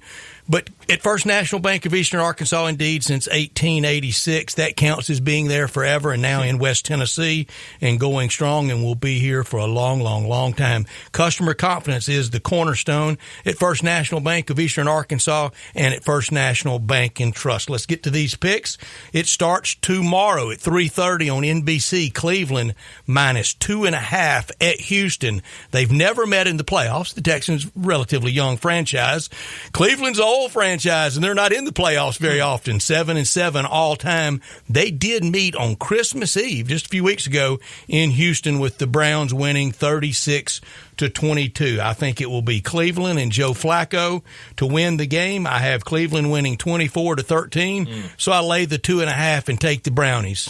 Yeah, I'll do the same thing. I'll take the Browns in this one. You know, we talked about it a little bit yesterday, but this Browns defense has just been really, really good this season, and the Texans have really struggled against high-end defenses, and they're going to see one of those tomorrow. I think it's been a great season for the Texans. What C.J. Stroud has done, what that coaching staff has done, DeMeco Ryans in his first year, has really been unbelievable to watch. But this is a bigger stage. The playoffs are different. This is a Browns team that has a veteran quarterback that's been there, done that, a defense that is relentless, and so I really do think the Browns are going to control this game, even though it's on the road. I think there should be a good crowd inside of NRG Stadium, but I'll take the Browns here. 2.5, I'll certainly take the Browns and feel pretty good about it. I'm with you. That defense, that running game, and Joe Flacco kind of being the custodian of the team. C.J. Stroud's going to play a long time and win a lot of playoff games, and when he's in his 10th, 11th, 12th year of the NFL, we'll look back at this one of him in this contrast of rookie quarterback against the veteran presence like Joe Flacco. Tomorrow night, 7 o'clock on Peacock, Kansas City -4.5 over the Dolphins. All time 16-16. 3 of those, Kansas City leads 3-0 all time in the postseason. Christmas afternoon that turned into night. 1971 was a classic. Garo Yepremian with the field goal in that one. or with the Dolphins in that one. Double overtime classic that year. That's 3-0 for the Dolphins all time in the playoffs. Last met in the playoffs with Joe Montana facing Dan Marino, New Year's Eve, 1994. But tomorrow night on Peacock, that I'm very much against, but I can't do anything about it. Well, I guess I could sign up for it, but I'm not. Kansas City -4.5. You pick first, Bryant. I'm going to go with the Dolphins in this one. 4.5, that line's been moving. And I think this is going to be a close game. I've heard a lot of people say, well, the Dolphins, they're not in South Beach. It's going to be cold. They're not used to this weather. You calling straight up? I think I did say the Dolphins yesterday, but I don't want to call my shot again today. I don't like. It's just the points today. It is just the points today. And Brett, I've heard so many people say we don't want to be too rigid, do it, Johnny? It's just the points today, right? Just the points. Yeah, it's today. just the points. It's just the points. But I think a lot of people have been saying that the Dolphins are going to be uncomfortable and they're not going to know what to do. Well, the Chiefs haven't experienced -30 wind chills either. But Patrick Mahomes is good in that weather. He is, but Brett, this is different than it being 27. That's very different. That's balmy from this. It's going to be different for everybody. Yeah, it's going to be different for everybody. I think both teams are going to be affected by this. Brett, we've seen poor receiver play for Kansas City this year, and it's not going to be. That makes it tougher when it's cold outside. That ball gets hard. Those hands get they sting when that ball hits them, and so I think it's going to be tough for everybody. I think it's going to be kind of a slower game, so I'll take the Dolphins to cover it. You have the Dolphins? Yeah. I'm taking the Dolphins, but not straight up. Yeah. 20-17, Kansas City wins the game, but they don't cover the point spread. I take Miami plus the points. On Sunday at noon on CBS, Buffalo -10.5 over Pittsburgh. Pittsburgh leads all time 17-12, 2-1 in the postseason. First time they met in the postseason was 1974. Chuck Noll and the Steelers rolling with Franco and Terry Bradshaw, the Steel Curtain, and all that group. The opponent that day, Buffalo, they defeated them 32-14. The one and only playoff game in O.J. Simpson's career. Wow. He lost 32-14 to the Steelers. Last met in the postseason in 1996. That was after the 95 season. Steelers were on their way to the Super Bowl that year with Neil O'Donnell at quarterback. Steelers are not on their way to the Super Bowl this year. It's a lot of points. Give me the 10.5 and give me the Steelers only losing by 9. Wow. Buffalo wins 21-12, and I cut it close getting the 10.5. I'm going to go with the Steelers as well. We've learned a lot more about the weather that's going to be at play there, and it's while we're going to have the extreme cold in Kansas City, we're going to have a ton of snow in Buffalo for this one. So it's going to be a lot of ground and pound. I think that helps the Steelers a lot, and so I'm going to take. That's a lot of points, so I'm going to take the Steelers. NFC wild card, 3:30 on Sunday on Fox. Dallas -7.5 at home at Jerry's World at AT&T Stadium. On Fox against the Packers, Green Bay leads all-time 21-17, but it's 4-4 in the postseason. They've met in a lot of different places, from the Cotton Bowl Stadium to now at Jerry's World, even at the famous ones at Lambeau. Green Bay won the last time they met in the postseason in Dallas, 34-31. Mike McCarthy, the coach that day. Your pick, Bryant. I'm going to go with the Cowboys here. We know this Cowboys team is different at home. They play much better at home. And also, Mike McCarthy, he's coaching for his job right now. It's no secret that everyone's keeping an eye. 3 straight 12-5s, and it's must-win for him. And it's weird. I agree. It's weird, but that's how, Jerry Jones works. He wants his Super Bowl, and he's not going to wait around for it. So there's going to be a lot of eyes on what Mike McCarthy does Sunday afternoon. And so I think they try to put it on the Packers, and I'll take them -7.5. And that is not fandom speaking, Johnny. I'm going to take Dallas to win, but Green Bay to narrowly thread the needle and cover the point spread. Dallas wins 28-21, so give me the 7.5. I'll take the win with the hook and try to fend you off and win this one. We got 2 agreements and 2 disagreements so far. 2 games still, and we'll pick Monday's game again on Monday. And the final game of the weekend on Saturday or Sunday will be in the NFC. Sunday Night Football on NBC at 7 o'clock. Detroit -3.5 over the Rams. First playoff meeting since 1952. The Rams lead all-time 45-41-1 and 1-0 in that postseason meeting, winning 31-21. Way back in 1952, that featured 2 Heisman Trophy winners on the Detroit Lions that day, Doak Walker and Leon Hart. Got anything on either one of those? I don't blame you. Norm Van Brocklin and Bobby Lane at quarterback. Anything on Norm Van Brocklin and Bobby Lane? Nope. I don't blame you. Matthew Stafford versus Jared Goff. We got them on Sunday. Yeah. And we know the storyline. Jared Goff in a Super Bowl with the Rams. Matthew Stafford traded from the Lions to the Rams, and he's won a Super Bowl. Who's the hotter team here? I think we'll know after Sunday. The point spread is 3.5. Give me Detroit 31-24. Detroit wins and covers. Wow, I'm also going to take Detroit. A lot of group locks here today, but I think the environment inside of Detroit at Ford Field is going to be really, really good. And I think this Detroit Lions team is good. I mean, you look at what they've done over the last stretch. Yeah, they did lose to Dallas, but that was in Dallas. We know Dallas is a different team at home. And, some people say that they were wronged by the officials. But I think Detroit, big spot for them. A home playoff game hadn't happened in a really long time. I think they take advantage of it and win. For the year, the point system, I'm at 9 points plus 9. You're at plus 5. Ooh. The 3 agreements, you got to win the odd ones. I do, and there hadn't been a lot today. Because after Monday, we'll pick on Monday, then just 4 picks next weekend, 2 conference championship weekends, and then Super Bowl 58. Wow. Well, hopefully it's a good weekend. I have a feeling we'll probably be picking differently on Monday. So that's NFL group lock for the year were 14 wins, 19 losses. Whew. Well, not great, but better than historically. Certainly better than last year. Last year we were awful at group locks. We have been looking forward to these games, even the wild weather games, and looking forward to the weekend. And our Friday football forecast brought to you every week by First National Bank and Trust, a division of First National Bank of Eastern Arkansas. For all your real estate needs, commercial, ag, hunting, recreational, or even just a checking account or a loan agreement, they've got you covered at First National Bank and Trust. Contact them at fnbt.com. Or call them at 901-498-5763. Stable, secure, solid, reliable, and consistent all these years in Eastern Arkansas and now in West Tennessee. I might have asked you this already once this week, Brett, but when you look at this slate of games over the weekend, I mean, what game are you looking forward to the most? First, I mean, and maybe aside from the extreme cold that everyone's going to be wanting to watch and the extreme snow everybody's going to be wanting to watch, but like actual football, which one are you most excited for? Dak versus Jordan Love. Yeah. And I'm not being patronizing you, and I'm not waving our Cowboys banner. Right. No, but it's the Dallas Cowboys in the postseason, and I know you guys haven't been able to see it. It's just better when they're on a roll, and I'm not a Cowboy fan. Right. I'll chuckle a little bit if they get knocked out by Jordan Love in his first playoff appearance, but also will enjoy it from the football quotient of it, of seeing Dak Prescott move on and seeing Mike McCarthy under this immense pressure when it's a little bit like the Yankees.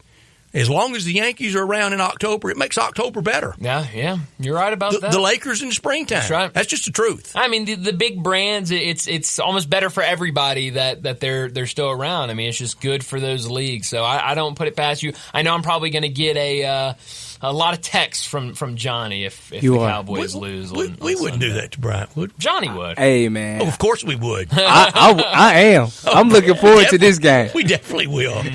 We'll kill his inbox. Gonna blow it up. That's right. I want to tell everybody about the new year at All-Star Chevrolet down in Olive Branch. If you're ready to drive a new Silverado into 2024, All-Star Chevy right there in Olive Branch, they got you covered. First exit into Mississippi on Kraft Goodman Road off Highway 78. Financing down to 1.9 or up to $7,500 cash, $7,500 cash back, and you get another $2,250 with your trade on select vehicles. That's a lot of money to start the new year, putting it in your pocket. You will love these new All-Star Chevy Equinox and Trailblazers with financing to 1.9 and no payment for 90 days. That's up to 3 months with no payments, and your good credit, it deserves that.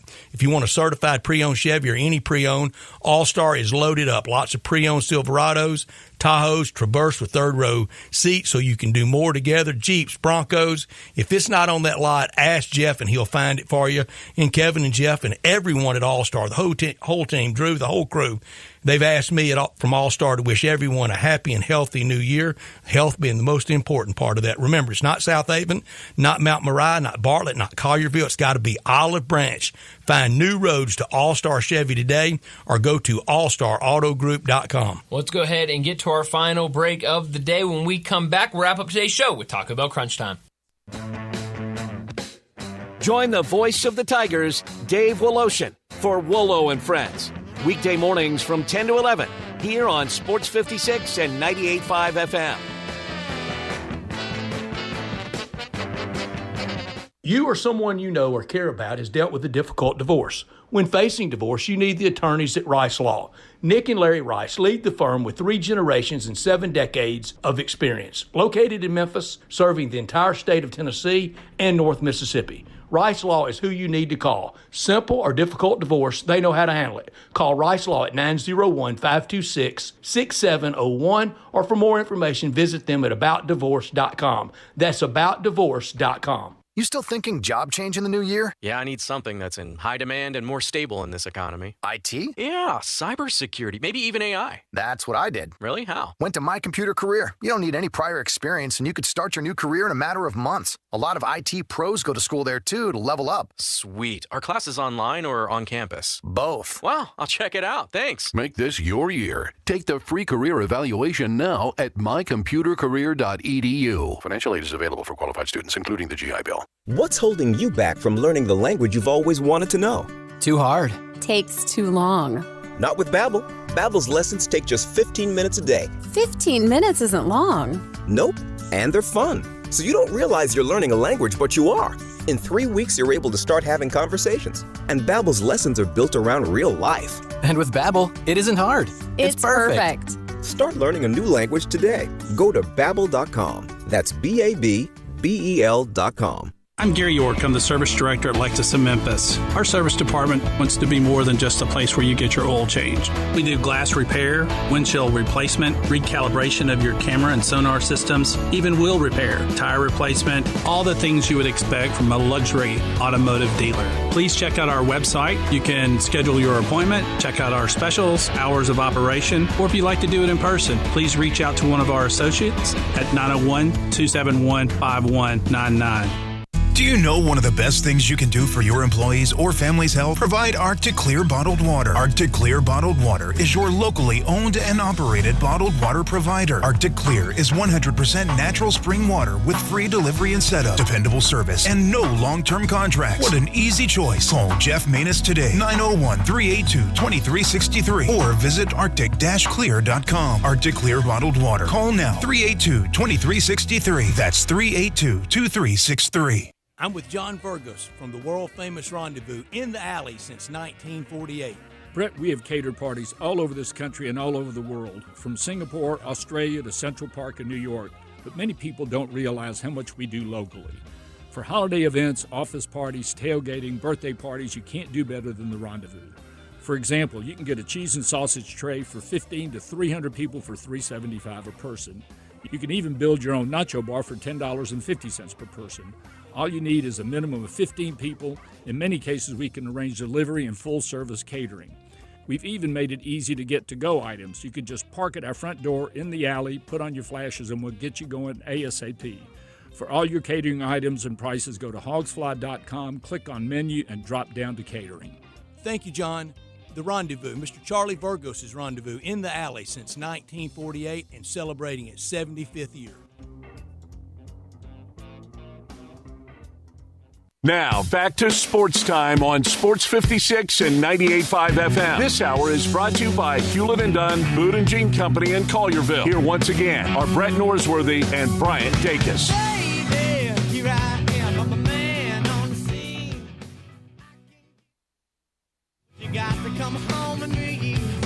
I forgot something good on love. This is pretty cool, and we're just getting started, so...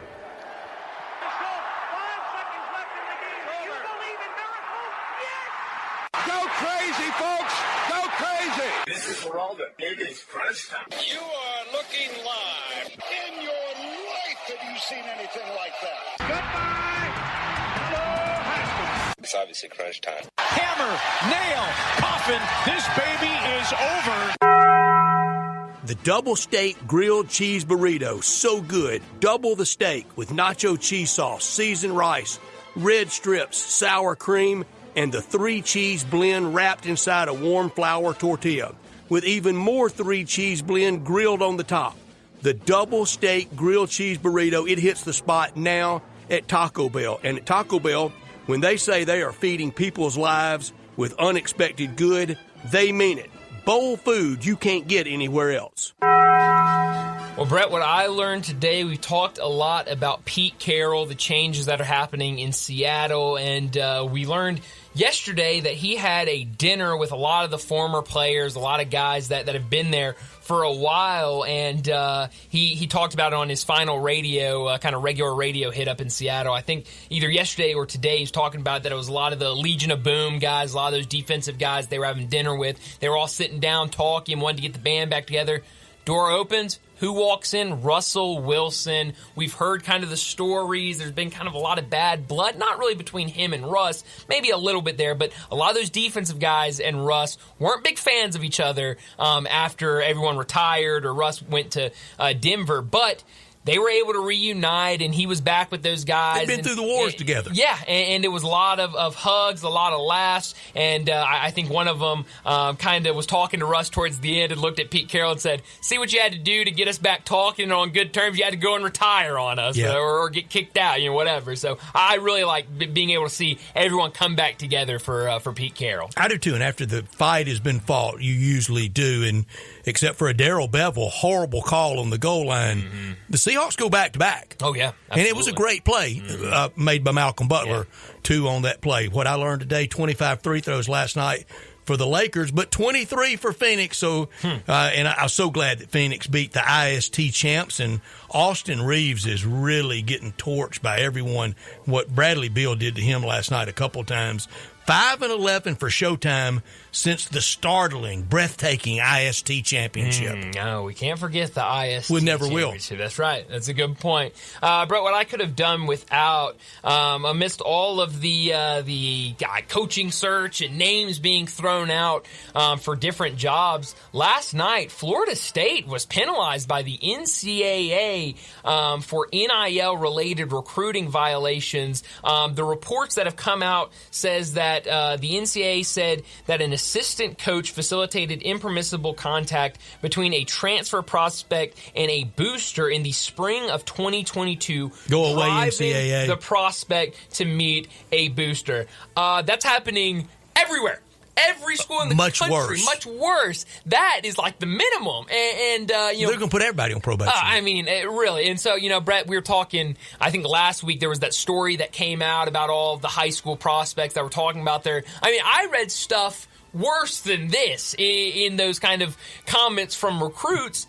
And much worse. We're talking about something that happens all the time. I was shocked to see this being handed down by the NCAA. But Brett, we talk about it all the time. The NCAA knows they're going out. They want to take everybody out with them. And they do. So, they're a vindictive bunch. Oh, they You are. don't make fun of them. No, and it's been a very weird year for Florida State from all accounts. And this one kind of puts the cherry on top. And Brian, that's why I was kind of so adamant about what they listed Nick Saban's wins at. It's 297. Yeah. Don't fall for the 292 stuff. And that's one thing that we all got to agree on. Mississippi State Bulldogs, Ole Miss Rebels, Memphis Tigers, Tennessee Vols, Razorback. Everybody, let's agree on this. Don't vacate anything. Don't recognize it. Don't recognize it in your game notes. Don't repeat it. And sure, don't claim a game that you lost on the field of competition as crazy. A win. What kind of loser are you if you do that? We played and you lost. What I could have done without? 48 below wind chill Sunday in Kansas City. It's going to be chilly. Bring a coat. 48 below. That's not even real. I was telling Dave, he was walking out today, and obviously he's going to be in Wichita. He was telling you he's used to it, growing up in Chicago. I said, Dave, you better make sure you take every coat you have with you to Wichita. He said, oh, yeah, I'm going to be bundled up. He's a tough guy in the cold. That's right. No, it's going to be brutal on Sunday for that one. Where are you beaming this weekend? Beam me to FedEx Forum tonight. I'm going to go to the game tonight for the Grizzlies, but a great weekend all weekend at FedEx Forum. Tomorrow night against the Knickerbockers, Monday, Dr. Martin Luther King Day. Also, if I could get to the Cowboys and Packers would be great. Yeah. No, that would be a lot of fun. I got to be very careful when I say where I'm beaming this weekend, because beam me tomorrow to Dolphins and Chiefs, but beam me into a nice suite. Definitely a suite. Has heat, and I don't have to be out Clark there. Hunt suite. We can beam anywhere. I don't want to beam out in the I don't want to be with the people. With the people. Then beam me the next day to Steelers Bills. But again, I want to be in a box somewhere. I want to be in that toasty level that you can see the heaters on. Yes. Over them. That's right. I don't want to be anywhere with all the snow. I don't want to be anywhere with all the cold. But I do want to be at both of those games. I just want to be warm. Tigers in Wichita, NFL playoffs.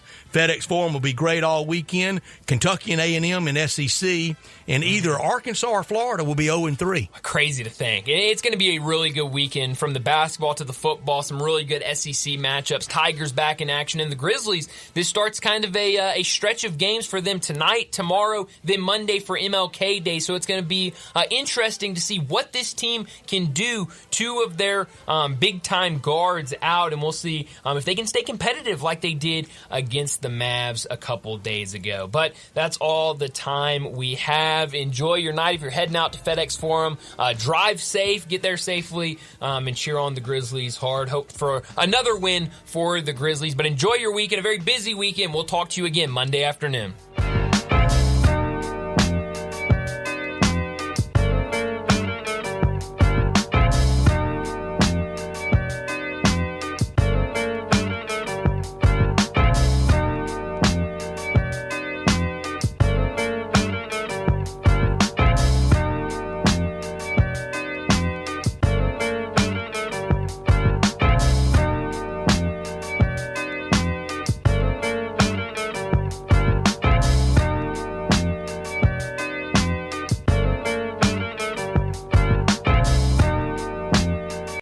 Roofs, and more roofs. Chris Price here with Metro Builders. Is your roof leaking? Do you have mold stains on the ceiling of your home or business? Is your carrier denying your claim or